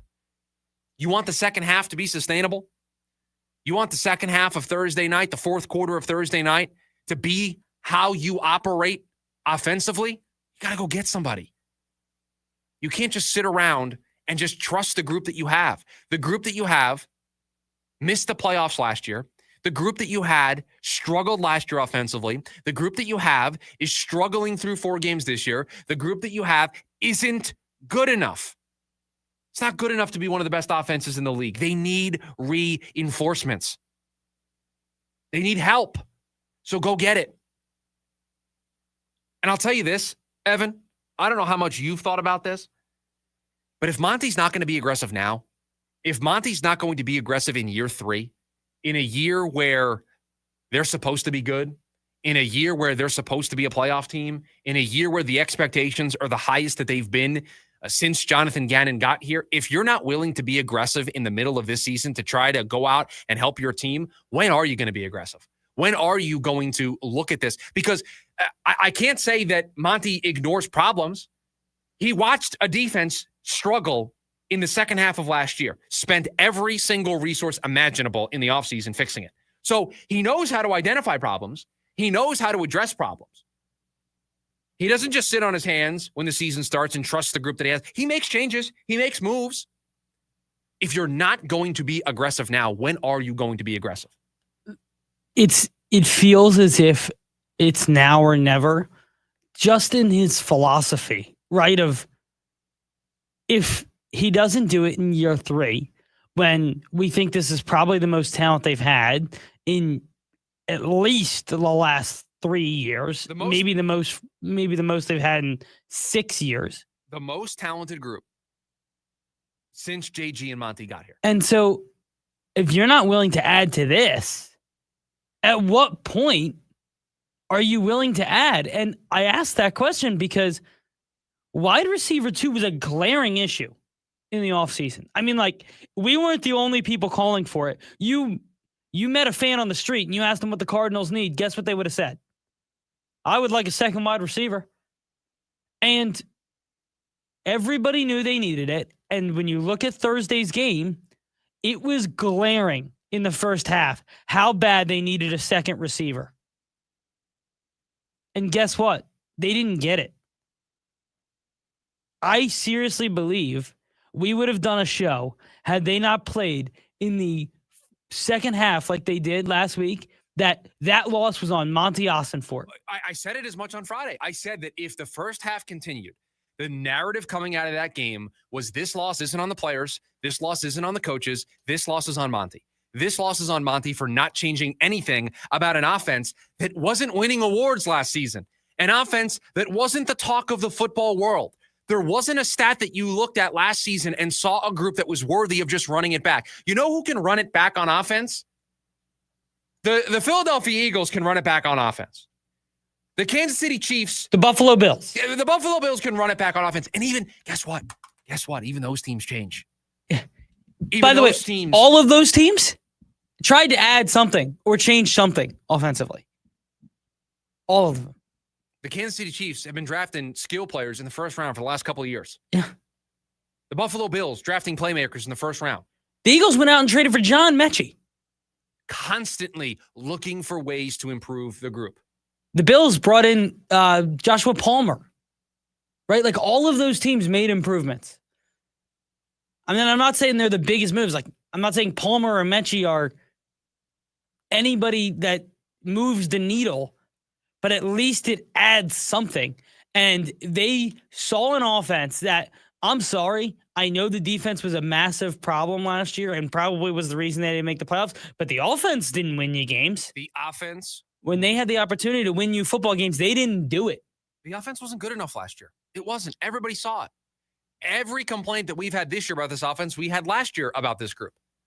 And I don't know. I think there's a couple of answers here. It's either stubbornness of not wanting to fix the problem. It's either arrogance on the front office and the coaching to think that this group is good enough. Or is it, is there a third option? Arrogance, stubbornness. What other reason could there be for not making a change? Because I don't think Monty is inept. I don't think he's bad at his job. Certainly not. So it's either stubbornness or arrogance. Or it's just passiveness. It's just not being interested in making the big move. And if you are not going to make the big move right now, when are you going to make that big move? And I think that there was a belief that they have a defensive-minded coach and they wanted to make upgrades at that spot, and they did. But you did that through the draft. Well, and you added Josh Sweat, and you added Dalvin Tomlinson, and you did these things. There was room to add a receiver. Boy, I'd really like to have Matthew Golden right about now. And boy, I'd really like to have any of the other skill position players that were taken. And I'm not saying it's Monty's fault that Walter Nolan got hurt. No, but you need a receiver. And I don't want to play the hindsight police because in the moment and the day after the draft, and I still believe this, that was a good pick. Walter Nolan being on the board available. It was a good pick. Listen, we came into this show, we reacted to it, we liked it, we loved what they did in the second round, obviously. So I'm not getting on Monty for that. But boy, when you watch this offense, it's hard not to think, man, what would they be without another receiver? Do you know who was taken? Do you know who was taken 3 picks after the Cardinals took Walter Nolan with the 16th overall pick? You happen to know everybody? The 17th overall pick was Shamar Stewart for the Cincinnati Bengals. The 18th overall pick was the Seattle Seahawks. They took Gray Zabel. I'm just going to tell you the team that picked 19th, and you're going to want to punch your radio. The Tampa Bay Buccaneers picked 19th in the first round. You know who they took. You know the player that's filling in right now for an injured Mike Evans. You know the player who was filling in for Chris Godwin before he came back. They drafted a better Chris Godwin at 19. Emeka Egbuka was the pick at 18. Matthew Golden was taken 23rd. Those were players taken after the Cardinals selected Walter Nolan, which was a good pick, but it was a luxury pick in some regards.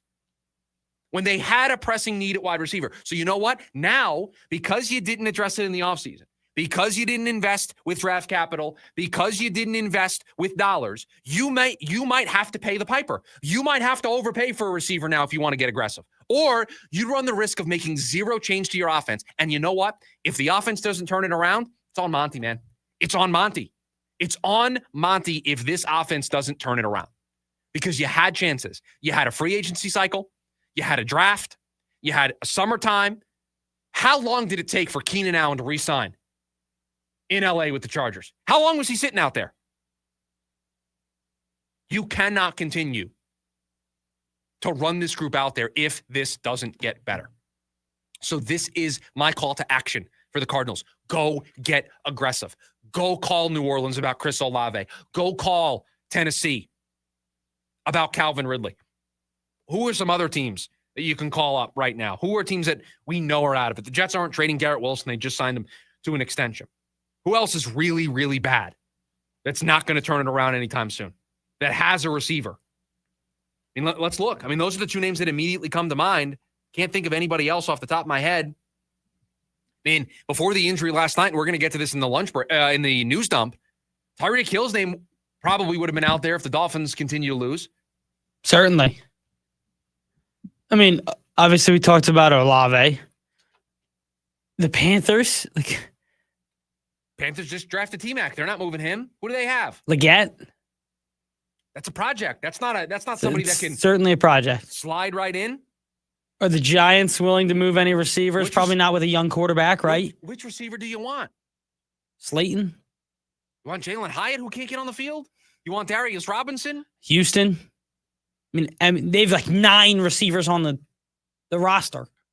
don't think they would. I mean, the guy that you would want would be Is Nico. And I don't think they're not moving Nico. Nico is special. So you're not getting him. I mean, just. Are you ready for what I'm going to do? Oh, no. Go ahead. Call the Jags about BTJ. Just ask the question. No, okay, I hear you, and and that's some good outside the box thinking. They're too good right now to entertain something like that. Just ask it. Just ask the question. I mean, listen. The opinion of this program is you always pick up the phone. You always answer the phone. You always make the phone call. You always get told no. You don't assume it's a no. You get told no. So I'm with you. But they're 3-1 in spite of him struggling. I think if they explored moving him, it would be in the offseason just to give him a change of scenery. But I like the outside the box thinking. I'm just looking at teams that. I mean, there's not many teams. The Raiders, Jacoby Myers. He's better than what you have. I know, but is he really the wide receiver too that this team needs? I mean, yes, he is he the wide receiver too they could get is arguably the better question. Fair enough. Fair enough. Who else is going to trade with them? In all honesty. No, those are your options. That's why, like, you should have been involved when George Pickens was available. You should have been involved in the draft. You should have been involved in free agency because now your options are. And guess what? If New Orleans asks for a pretty penny, like, okay, you're going to have to pay it. Yeah. You can't just look at your fans and say, well, we tried to get a wide receiver too, and we're just going to continue to let the offense be bad because we wouldn't give up a second-round pick for Chris Olave. Like, that's not good enough. That's not going to fly. It's not going to fly when you had an entire offseason to fix this problem. So it's time to get aggressive. Do not let this season slip away. You win on Sunday against Tennessee, you're 3-2. A harder part of your schedule, a harder chunk of your schedule coming up. Don't let this linger all the way up until the trade deadline. Please go get somebody. Go get a wide receiver too, because you are probably going to have to throw the ball a little bit more. And the current group's just not getting it done. 480-864-1060 is the phone number for you to join us here today on the program. When we come back, it's Tuesday, which means it is time for the NFL News Dump. We'll get to it next. It's the lunch break, KDUS, AM 1060.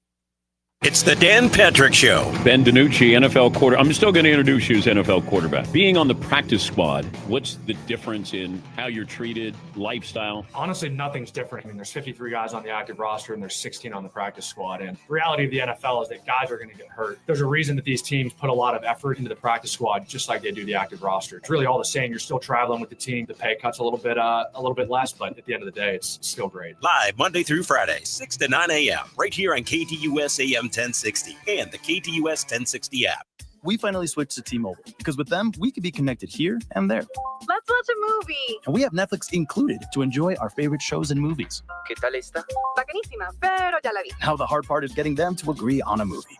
Switch today and get the new Samsung Galaxy S25 Plus with Galaxy AI, all on the best network in the U.S. Visit a store, T-Mobile.com, or call 1-800-T-Mobile. 1-800-T-Mobile.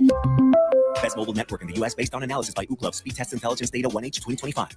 Nitro Circus is back with the all-new Off the Rails Tour. World-class daredevils and FMX, BMX, Shade Scooter, and more. Jaw-dropping stunts, high-flying tricks, and never-been-done showdowns. Friday, December 5th, Desert Diamond Arena. Visit Ticketmaster.com. I'm Bree. Hi, I'm Sean. And we are the Berquist family. We are repeat Fulton customers, and we've lived in a Fulton community for 6 years. We had been looking for a home, and so we walked into the Fulton community, and we were just absolutely blown away. When we walked into the model home, we noticed the high ceilings, the beautiful kitchen, the flooring, and the floor plan. We knew it was a place where we were going to raise our family. And on top of that, we have a swimming pool and a good location here. When you say the word community, you have to be able to see it and feel it. And so when you have your neighbors, you feel that community because you become friends, and it even feels like family, like a family community. And that is something that is priceless and can last a lifetime. We absolutely would recommend a Fulton home to our friends and family. Fulton Homes. You're proud to own, we're proud to build. This fall, choose Primavera Online, and you'll be choosing a school with flexibility, personalized support, and an award-winning curriculum that's over 20 years strong. Now enrolling grades K to 12 at chooseprimavera.com. I'm Dan Patrick, and this is Above the Noise. The Bengals are wasting a prime opportunity. And yes, Joe Burrow's injury is a massive loss. It doesn't mean the season is over, though. This front office went all in 2025, bringing back its core stars and has one of the more talented rosters in the AFC. That effort deserves more than 125 passing yards from Jake Browning. Browning isn't the answer. That much was clear on Monday night. The offense sputtered, Cincinnati's playmakers left stranded, and in an AFC North that looks more wide open than in years gone by, sticking with mediocrity under center is a dangerous gamble. There are capable backup quarterbacks around the league, veterans who can maybe steady a franchise. The Bengals owe it to themselves, the locker room, the fans, and even Joe Burrow. Make a move. Sitting on their hands risk wasting a roster good enough to win now. If Cincinnati doesn't act soon, 2025 will be remembered as a season they punted. I'm Dan Patrick, and this is Above the Noise. Maaco's running a paint sale right now, starting at just $499. How about that? Now, if you've been thinking about maybe doing something with your car, don't pass up this opportunity, okay? There's dents, dings, chip paint. Maaco's seen it all. But for this price, take advantage of that, and you could give your ride a fresh look. Free estimate. They'll work with your budget. They'll get the job done fast. No pressure, no judgment, a fresh start, and you're going to have a national warranty to accompany it. And they're community-based, great people to work with, somebody you can trust to make your car look nice. A fresh ride. They've been doing it for over 50 years, and it's easier than ever for you to take advantage of this. Your car could use a little love. Now's the time. But don't wait. These paint sales will not last long. Visit Maaco, that's MAACO.com, and find the nearest location. Schedule that free estimate. And with the paint sale starting at just $499, your car is going to look awesome. Better get Maaco. KDUS AM 1060 is your home for the Jim Rome Show. Something Mark Cuban said, but at this point, he's pretty much the last one claiming that Ballmer is innocent, aside from Ballmer and the Clippers. Cuban is not convincing anybody of anything. Neither are the Clippers, and neither is Adam Silver. They're all just making it worse. Just like when Ballmer made it worse when he ran to ESPN and put on his Mickey Mouse falsetto voice to claim, they caught me. 1 to 4 p.m. Monday through Friday here on KDUS AM 1060 and on the KDUS 1060 app.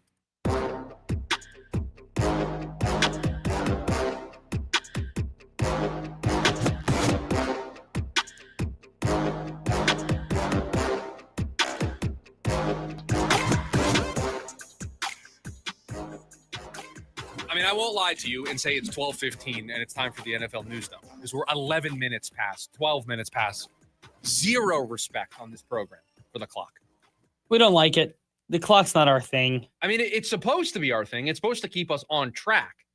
But I get fired up about certain topics throughout the course of the show, and then I just ignore. And it's right in front of me, too. I can see it when I'm yelling. It's right here. And it even counts the seconds. Like, there should be no excuse. No, our clocks are good. I mean, they're on it, and they have to be. We get 2 hard outs. Right. We hit those. We always hit those. We've never missed. We've never missed a hard out. I missed a hard out one time very early on in my career sitting in your seat. Okay. And I was working, and you know the person I was working with. We were doing a show, and it's the last segment of the hour. The music starts playing, and I had the pot on your board for that music down, and I didn't have it up enough to where I'd start hearing it in my ear and start counting them down. And so we were talking. Now, all 3 of us are radio professionals. They've been doing it, both of them, for like a decade. All of us just look up. It's like 3 minutes into the top of the hour into the spot block of like the spots, the commercials playing. And we're looking at each other like, what happened? How did all 3 of us miss this? So I've done it once. I haven't done it since. I'm hoping that. So the spots were playing and you weren't hearing those? So what happens is, on the way that was set up, and this is extremely technical. I mean, you want to talk about. I'm a huge nerd. I would bring all of those down because that's where the intro music coming back from break would play. Okay. So I would bring them all down so we didn't have anything. And then I would bring them all back up about a minute before the music would play. And then the music would play off of the one pot that I would monitor myself. I forgot to bring them all back up. So I just look over and I see the time and I see the spots playing and I'm like, oops, all of us missed it. All of us. There's computers in front of us. I've got a clock in my studio that's like massive. All of us missed it. Haven't done it since. Won't start today. In the meantime, it's 12:15, 12:30 here on a Tuesday. It's Time for the NFL News Dump. Your tour guide for the NFL News Dump. All the stories and happenings in the world of football. Producer Evan, take it away, my friend. We always start now with the Tuesday NFL News Dump with a little recap of Monday Night Football. We got 2 games. This may be the whole NFL News Dump. 2 games. The Dolphins sneak one out over the Jets, 27-21. That's not really fair to the Dolphins. They were in control of this game early, often, and always. The Jets did make it close late, but the Dolphins were never really in danger of losing this game. I mean, they ran literally the same play half a dozen times. I was going to say at least 6 times. They ran the naked play action boot. Yeah. And the Jets just allowed a free crossing route over. I couldn't believe how many times at some point over again. Don't you just step in and be like, hey, I don't care if they beat us on anything else. Well, just not that. Here's the issue with that. You got a head coach who was a defensive coordinator. You got a defensive coordinator who was a former head coach in Steve Wilkes. The 2 of them can't figure that out? Yeah, really bad. You got 2 great defensive minds. Neither one of you saw it. The 13 penalties were brutal. The 3 turnovers were brutal. I mean, the Jets were going in on their first offensive drive of the game, just moving down the field, running the football all over the Miami Dolphins. Fumble on the 1-yard line. Dolphins on the ensuing possession go 96 yards to go up 2 scores. That was all she wrote. The Jets, the opening kickoff of the second half, they fumble that.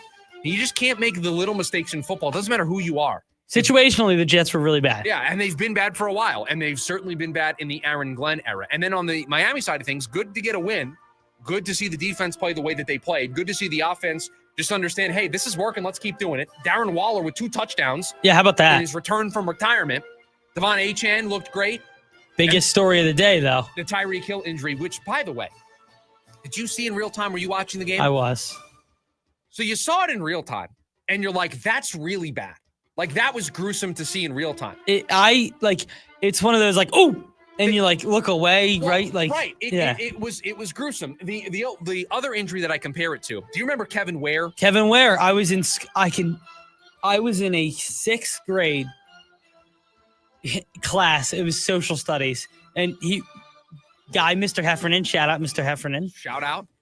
Was the cool teacher who would let us watch. And I remember watching that in that classroom when Kevin Ware got hurt. Louisville player who went up on a jumper, came down, landed awkwardly, and snapped his leg. And you just, after it happened, you didn't want to see a replay of it. No. And I watched the Tyreek Hill injury, and I said, I don't want to see a replay of this. And they came back from break, and Chris Fowler was like, we're going to show it to you again. And I'm like, why? I don't want to see this again. His leg was pointed the wrong direction. Dislocated knee, bunch of torn ligaments. I mean, just it's season over, obviously. I don't know if Tyreek Hill is ever going to be the same football player. He's 31 years old. That's probably the end of his tenure in Miami. And he was playing great in the game. And they were building some momentum offensively. Felt like offensively that was the best they've looked. And you were hoping that if he stayed healthy that, they could dig themselves out of the 0-3 hole, but just a devastating injury. That's 2 games in a row, though, where offensively they looked pretty good, right? I thought they looked pretty good in Buffalo. They looked good early against Buffalo. Yeah, and they did a nice job of controlling the clock against Buffalo early. 100%. All right. Stink out loud. Another stink out loud. The Bengals. Add them to the list. Oh, yeah. Without Joe Burrow. Oh, my goodness. Might be the worst team I've ever seen. They are an expansion team. Burrow being hurt, you said it earlier, just give him the MVP. Well, this is like when Peyton Manning got hurt and the Colts went from being a playoff team to 1 in 15. Yeah. We only played 16 games back then. Like, you would never give a player the MVP for not playing, but like the definition of MVP is Joe Burrow because the team looks lost without him. It's wild. They need to make a coaching change. Wow. And I think the injury might insulate Zach Taylor a little bit. But, man. It's a shame that that's going to help him keep his job. Because he is actively hurting this team. It's not a shame. I'm not rooting for anybody to get fired, but he's hurting this team. And we talked about aggressiveness with the Cardinals in the last segment. Can you call up Atlanta and see what they would give up for Kirk Cousins? Yeah, Jameis, right? Yeah, right. Russ, even? Russ is better than Jake Browning. I don't know if he would survive. Not going to win any games with Russ. I don't know if he's going to survive behind that offensive line because that offensive line is very bad. You need to get the ball out so quick. So you need a quarterback. Let's try to do this real quick. You need a quarterback who can get rid of the ball in a hurry. Cousins is a good fit. Yeah, but I'm just worried about Cousins' mobility behind that offensive line. You need somebody with a little more athleticism.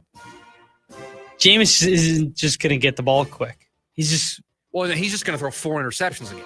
Yeah, but because everybody. If you want to get Jamar Chase involved, bring in Jameis Winston. Winston's your guy. If you are a Jamar Chase fantasy owner, you are rooting for Jameis to get traded there because he'll just throw up not even 50-50 ball. He'll throw up 90-10 balls to the defender just to see if Jamar Chase can make the catch. I don't really know who's out there, though. Some other backups around the league. And teams are just going to be so, against trading their backup. All right. Marcus Mariota?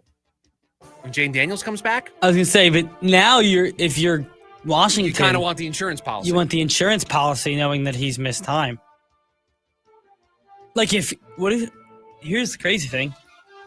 Call the Browns about Flacco. What's Kenny Pickett doing? Yeah. In Vegas? Why not? He would get the ball out quick. Certainly. Because I mean, if you want to take a chance on some of the younger guys too. If you don't make a change at quarterback, this season is going to go down the tubes in a hurry. It already is in the tubes. It already is. I mean, it's bad. And a great bounce back. And the thing I like about this performance the most from Denver, they didn't mess around. No. Didn't play with their food. Didn't allow Cincinnati to hang around longer than they should. Just 4 quarters of dominance. What about the Bears have Tyson Bagent? Oh, I love Tyson Bagent. Same. Just see. I know they just signed him, but just see. What do we say? Pick up the phone. Yeah. Make the call. Do you have any other news dump stories? That's it. Okay. Just Monday Night Football. Well, 2 great Monday Night Football games, the doubleheader. Two great stretch. Yeah, 2 great Monday Night Football games. I know you all enjoyed watching them just as much as I did last night. That is your Week 4 NFL news dump. We've got the Schubert scale tomorrow, Evans risers tomorrow as well. We may have to give out some blame pie. We didn't do that on Friday, did we not? No. So we have to do that this week. We have to do that tomorrow as well. Some blame pie. So some more football coming, and some more football coming up on the other side of the break because producer Evan asked me a question in the morning meeting, and I'm not sure how to answer it. That's next. The lunch break. KDUS AM 1060. Join in on the Sports Zoo with Dave Rooster Beerstein. Most shocking play of the week, and there was ton. From the blocked kicks and the punt returns, but still the reality that Patrick Mahomes made the best defensive play of the weekend on a backwards pass he threw, that he then went and stole the ball from a defender. The Chiefs might have lost that game. Who knows how the momentum changes if Patrick Mahomes doesn't get that ball back and the Giants get that on the 5-yard line and score a touchdown. Live weekdays from 5 to 6 p.m. here on KDUS AM 1060 and on the KDUS 1060 app. Stevie Nicks. One special night, October 7th, PHX Arena.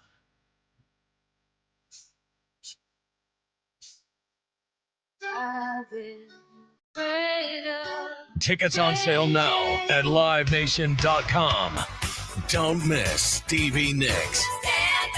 Live at PHX Arena. If you could rewind 10 years, what would you do differently? Buy Apple stock at $20? Skip the Ghost Pepper Challenge? Maybe even rethink the skinny jeans. Nate here, owner of Blue Sky Pest Control. Some regrets are harmless, termite damage isn't. You can't go back in time, but you can keep termites from eating your future. Call 602-BLUE-SKY today for your free termite inspection. Hello, Blue Sky. Goodbye, pests. Hey, Mr. C, it's me. Well, I just picked up the ring. I actually went to Hellsberg. Thanks for that recommendation. Kate's gonna love that hers is from the same jeweler you got Mrs. C's ring from. They were so helpful throughout the whole process. They even knew your family by name, and the ring looks great. Anyways, I just couldn't wait to let you guys know. Call me back and wish me luck. Hellsberg, designed with care and craft since 1915. Shop in store or at hellsberg.com. Hi, I'm Andrew the Homebuyer. Selling your house right now the traditional way isn't so easy. The average home is taking months to sell. Fortunately, I can help. I'll come to your home and give you a cash offer within minutes. Then we can close in under 5 days. And I'll make sure you get as much money for your house as possible. Call me, Andrew the Homebuyer, today, and let's get your home sold. Visit andrewthehomebuyer.com. That's andrewthehomebuyer.com. Mornings just got better because for a limited time, McDonald's has your favorites for less. Start your day with the $5 meal featuring the Sausage McMuffin with egg, made with freshly cracked egg, savory hot sausage, and melty cheese, plus crispy golden hash browns and a smooth 100% Arabica small coffee, all for just $5. But hurry, this deal won't last forever. Prices and participation may vary. Cannot be combined with any other offer or combo meal. We believe everyone deserves access to fresh food. That's why the Kroger Company created the Zero Hunger, Zero Waste program to share fresh food with the people in our communities. Our program and foundations have donated 3 billion meals since 2017. That's nearly 10 meals for every person in the U.S. Together, we can do more for our neighbors. Just round up your purchase at checkout. Fries, fresh for everyone. Ready to tackle each morning with the best sports information coming at you? I'm going to take a logical approach. Get that weekday mornings on KTUS AM 1060 from 6 to 9 a.m. with the Dan Patrick Show. Dan Patrick, the Danettes, sports icons, sports legends, celebrities, poll questions. The Dan Patrick Show has it all. It's a crapshoot. Be sure to lock your dials to AM 1060 or 100.7 HD2 from 6 to 9 a.m. Mornings just got better. This story is about us.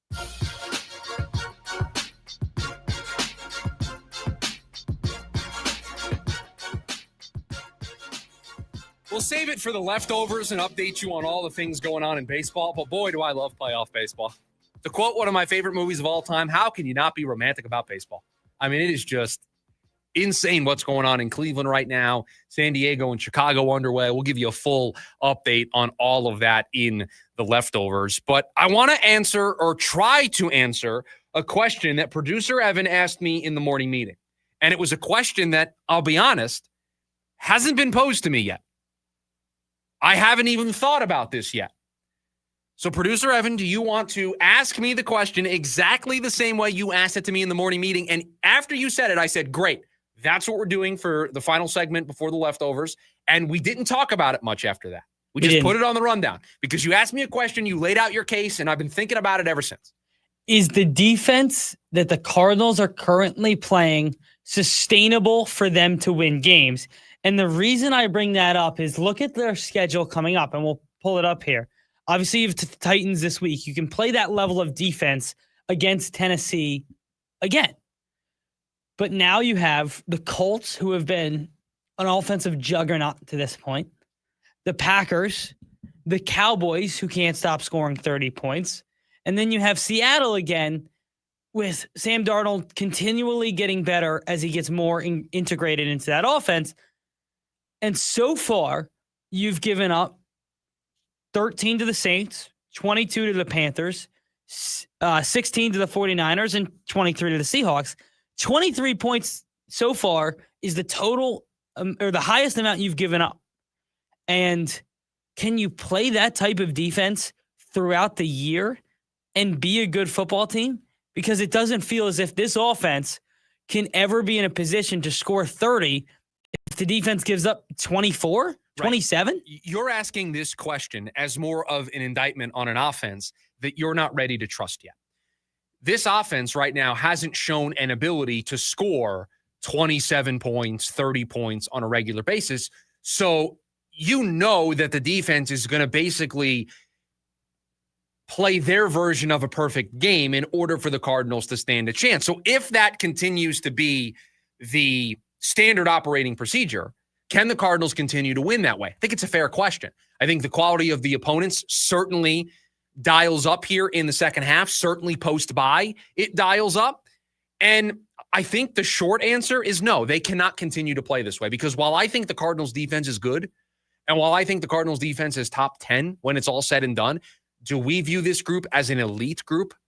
Do we view this group as a top 3, top 4 group in the sport? I certainly don't think so. And that's the level they'll have to play at to overcome what failings this offense has.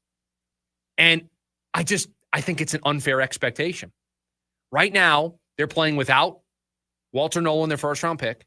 Darius Robinson is now banged up.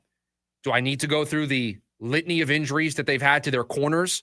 Like, there is a attrition factor here as well, that they're not really in a position to afford many more injuries to this group before it's going to be unfair to ask them to hold teams.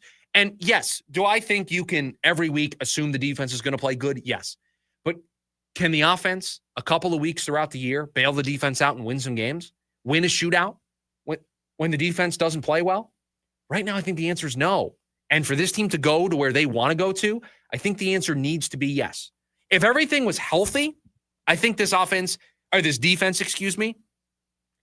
is good enough to keep the Cardinals in games. But I think it is one of the worst things you can do in sports, in this case football, to rely on one group to do the heavy lifting. Cincinnati is relying on their offense. And it hasn't worked. How's it working out for them? You lose Joe Burrow, and yes, any team that loses their quarterback, it's obviously going to make a difference. But they lose their quarterback. They look like, and I've said this multiple times throughout the show, and it's because I truly believe it. They look like an expansion-level team. They look like one of the worst teams in the sport without Joe Burrow. They really do. And going into the year, we said the offense is going to have to do all the scoring because the defense doesn't feel much improved. This is what happens when you're not balanced. You know who's balanced? Buffalo's really balanced. I know they're 1-3. Baltimore's really balanced. The Philadelphia Eagles are extremely balanced. Kansas City Chiefs. The Chargers are extremely balanced. All of those teams that I just mentioned, extremely balanced. Pittsburgh is extremely balanced. They really are. Their offense can score. Their defense can get a stop when they need them to. The Cardinals don't have that. The Cardinals right now rely on their defense to keep them in games. Because guess what? The second half of Thursday night's game doesn't happen if the defense slips a little bit. Not at all. We don't have this nice you needed story. Championship level defense to keep you in that game. It's the same thing ASU needed, right? It's the same exact thing.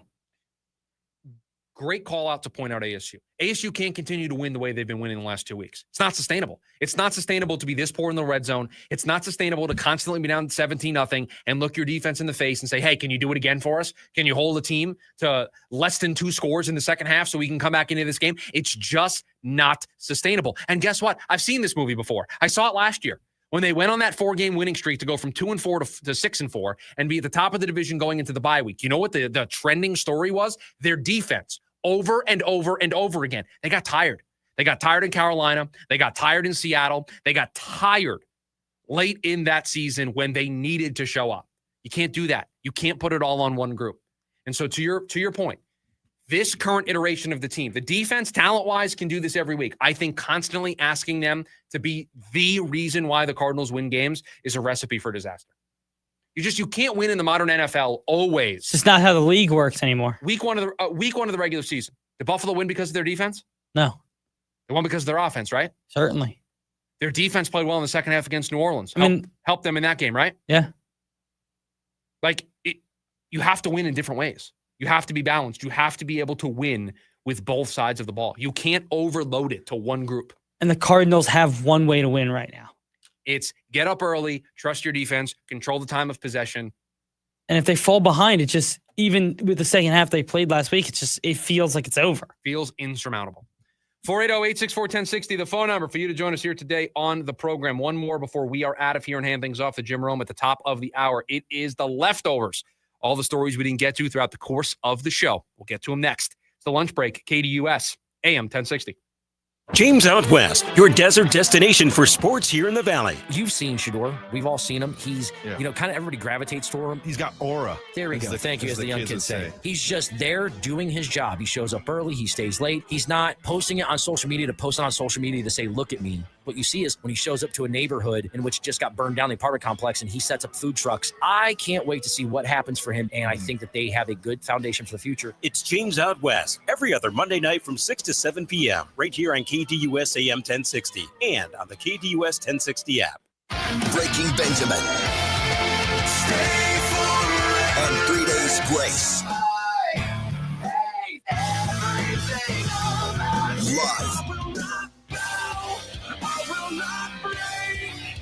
Live. October 8th at Desert Diamond Arena with special guest Return to Dust. Get tickets now at livenation.com. Don't miss Breaking Benjamin and 3 Days Grace, presented by the Big Red Radio. Raise a beer to the best event of the year. Four Peaks Brewing Oktoberfest is back at Tippytown Lake from Friday, October 10th through Sunday, October 12th. Named one of the best Oktoberfests in the country. Enjoy local and German beers, authentic food, live music, contests, carnival rides, and more. All ages welcome. Get your tickets today before it's too late. Visit fourpeaksoktoberfest.com. Don't miss Four Peaks Brewing Oktoberfest at Tippytown Lake, produced by Tippy Sister Cities. Want something fast and fresh for lunch? Try the Peter Piper Pizza all-you-can-eat weekday lunch buffet. Available from 11 to 2 every Monday through Friday, Peter Piper Pizza's lunch buffet is loaded with delicious pizza, fresh chopped salad, garlic cheese bread, and our famous cinnamon crunch dessert. Our dough is made from scratch every day and topped with real mozzarella cheese and the freshest ingredients. For the best all-you-can-eat pizza and salad lunch buffet in town, head to Peter Piper Pizza from 11 to 2 every Monday through Friday. At Peter Piper Pizza, the fun is baked in. You got the paint job, but now you need the materials fast. Get free same-day or next-day delivery on select PPG paints from the Home Depot. Now that's a pro move. Save time on store runs and get free delivery on small or large orders of select items. Save energy shopping around with PPG's wide assortment of colors and finishes all in one place. And save money with Pro Extra, where you can get up to 20% off paints, primers, and stains through Paint Rewards. The Home Depot, how pros get more done. On your ride home from work, join in on the Sports Zoo with Dave Rooster Bierstein. If we owned our own football team called the Angry Roosters and we kept signing people to contracts and they weren't honoring their contracts and kept demanding raises, at what point do we throw our hands up and just say no to everybody? We signed you to a contract. Play out your contract, and that's it. You earn a better contract on your next one, we'll pay you for that. Live weekdays from 5 to 6 p.m. here on KDUS AM 1060 and on the KDUS 1060 app.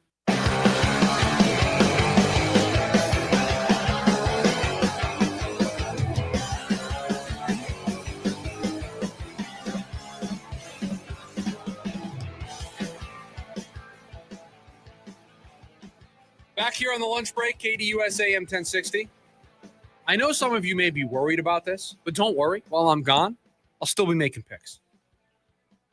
Yeah, we're going to have you text in some picks. I will send in my picks for the official show contest with Team Listener and myself and Evan. Picked up 2 big points last night. I won the week again. I've grown my lead. I think I'm up to 13 total points. It hasn't been a great start to the year for anybody.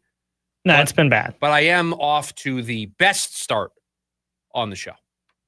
It's 13-7 now. So I've opened up a big enough lead where an offer from me and a full week from me and a perfect week from you is just a tie. Yeah. So that's some breathing room to maybe get a little aggressive. Do you want me to just send you the picks, or do you want like a little blurb with them as well? Give me a blurb with them as Just a well. little one- If you have time. I mean, you're on a honeymoon. I am. I mean, if you think I'm not going to try to sneak watching some football, come on, this is what I do. That's fair. That was a bad assumption. We get up to the venue where we are getting married next week on Sunday. And my fiance earlier this week said, do you want to get up there early? It's Sunday. We can watch football up there. Like, she said that to me. Yeah. So have you checked the weather? What's because I know outside, right? It's an outdoor wedding, and it is supposed to be in the 60s. Oh, that's The perfect. day of. It's going to be perfect. That's going to be perfect. In the suits, the Yes. 60s is going to be nice. Yes, I'm very much excited with the way the weather plan has broke. Yeah. Because Nice. it is directly outdoors. We're in the woods, basically. Perfect. So it should be a good time. What do you have in the leftovers here today? So for I us? figured I'd give everybody a little wild card update on game ones. You want to talk about an absolute blunder by the Guardians. The Guardians. It was a blunder of all blunders. A blunder, ground ball back to the pitcher. They decide to come home from third. Let's set up what happened. Yeah, so okay. Jose Ramirez leads off the bottom of the ninth, and he hits a ball to Javier Baez at short for the Tigers, who makes a decent throw to first base. And Spencer Torkelson forks up, the first baseman for the Tigers. Who drove in one of their runs today. So. Misplayed the ball, and Jose Ramirez was safe, but the ball gets away from him and goes up the first base line into basically no man's land. Ramirez heads up base running, goes all the way to third base. The Guardians, down 2-1 in the bottom of the ninth, are set up. They are set up. Runner at third, nobody out. Just need a sac fly. Strikeout. Then on a ground ball, Jose Ramirez tries to go home, gets thrown out. They get the next out. Tigers win the Tariq Skubal start. They're up 1-0 in that series. And right now, the Padres are taking on the Cubs. They're up 1-0. Yeah. On a Xander Bogaerts double, RBI double. Yeah, Jackson Merrill hit a double, and then Bogaerts drove him in with a double. Shout out to Brian with the F1 reference, saying that I'm like Verstappen with a big enough lead for a free pit stop. That reference may be lost on a lot of people. It is not lost on me. As a F1 and Max Verstappen fan, that reference not lost on me. We got more baseball action as the day progresses. Certainly. We got 2 more games today. Yankees, Red Sox. Obviously, Yankees, Red Sox. That one has a lot of fun. And then Reds, Dodgers. And I think if there's a game to watch in that series, it's certainly game number 1. Well, if the Reds are going to surprise the world and win this series, you feel like they have to win tonight. Hunter Green is such a fun watch. He like Tarek Skubal, he blows people away. Should we tell you had a bet on the first pitch of the game today? I did. You had a bet on how fast Tariq Skubal's first pitch of the game was. It needed to be over 98.0 miles an hour. So when the television broadcast just showed the 98, we had to go into the StatCast data. I mean, this is the perfect time for it. I'm a huge nerd. To figure out if it was over 98.0 to make sure that 98.4. You can bet on anything these days. You really can. It's wild. Kind of fun baseball stuff. Good for the sport. Like all the viewership stuff came out for the season. Did you see any of this? I saw that across the board, it was great numbers for the sport. Yeah, of baseball. so MLB viewership increases across all its partners, up 9% on Fox, 13% on MLB Network, 10% on FS1, 29% on TBS, up 21% on Sunday Night Baseball, and then up 34% on MLB.TV. I think it is a combination of a lot of the big markets did well. Boston's back in the postseason. I know they missed the playoffs, but the Mets were relevant all season long. The Yankees are always relevant. The Cubs are back in the playoffs. The Dodgers are in there. So you're hitting all of the mainstays, right? San Diego's been good for a little bit now. Cleveland's always a better market for TV audience. And I do think there is some star power across the game that's escaping out of the very local bubble. People want to see Shohei Ohtani play. People want to see Hunter Green and Paul Skeens and Ellie De La Cruz and just pick. I mean, look a at Seattle. superstar. People are tuning in to watch Cal Raleigh play. Right. You have historic seasons going on. People want to see Aaron Judge play. And so I do think there is that has played a role in it. And again, for a sport that is probably going to go into a lockout at the end of the 2026 season, and it's probably going to be ugly because the players and owners just do not see eye to eye right now. At least some good news going into what could be the last baseball season for a little bit. I mean, I'm legitimately scared that the entire 2027 season is going to be There's lost. a serious fear that they won't play at all. Yeah, I mean, it's definitely on the table. So excited that the 2025 season did well, at least the regular season. Hopefully the playoff numbers are up as well, and that can help the sport on its next TV deal. Have you seen the big news out of Cleveland other than a loss in game 1? They're making a change. They're changing quarterbacks. The Browns are going to start Dylan Gabriel per reports in week number 5. Yeah, that makes sense. You go in the order on the depth chart, right? Yep. Dylan Gabriel was next in line. Yeah. So we drafted him in front of Shador, so we clearly liked him more. He was listed as the backup, so obviously going to him first is sequentially the right thing to do. See what you got. Trade Flacco. That's not the answer in Cincinnati. Just to be clear, that's not Cincinnati's answer. Why not? He can't move, dude. He can't move. Yeah, but he wins you games you shouldn't win sometimes. Are you ready for it? I got the answer. Let's hear it. Trade for Anthony Richardson. I knew you were going to say it. You can't do that. Why can't I? Can't do that. Why can't I trade for Anthony Richardson? Why can't I do it? Because he's worse than Browning. No, he's not. I have a. What are you going to do? Run him? Yes. I'm going to run quarterback design runs. I'm going to let him be expressive and creative and just be an athlete. And I'm going to give him quick, easy throws to really good receivers. Yes, that's what I'm going to do. I don't know if he can do the quick, easy throws. Like we're talking about a guy getting the ball out quick. That's not his game. But give me RPOs. Give me quarterback design runs. Give me. Yeah, maybe. That's better. That's better than that's better than Jake Browning. Now, I don't think Indy's going to do it, but that's better than Jake Browning. That's the other thing, too, is you need Indy on board with that. It's going to do it for us here. Tuesday edition of the program. Jim Rome's coming up next. Producer Evan, thank you for all that you do. Got the Schubert scale, Evan's risers tomorrow. We have a list, the top 5 list on a Wednesday. We got some blame pie to give out. All of it coming up on tomorrow's show. Thanks for hanging out with us. We'll see you tomorrow. We'll be right back.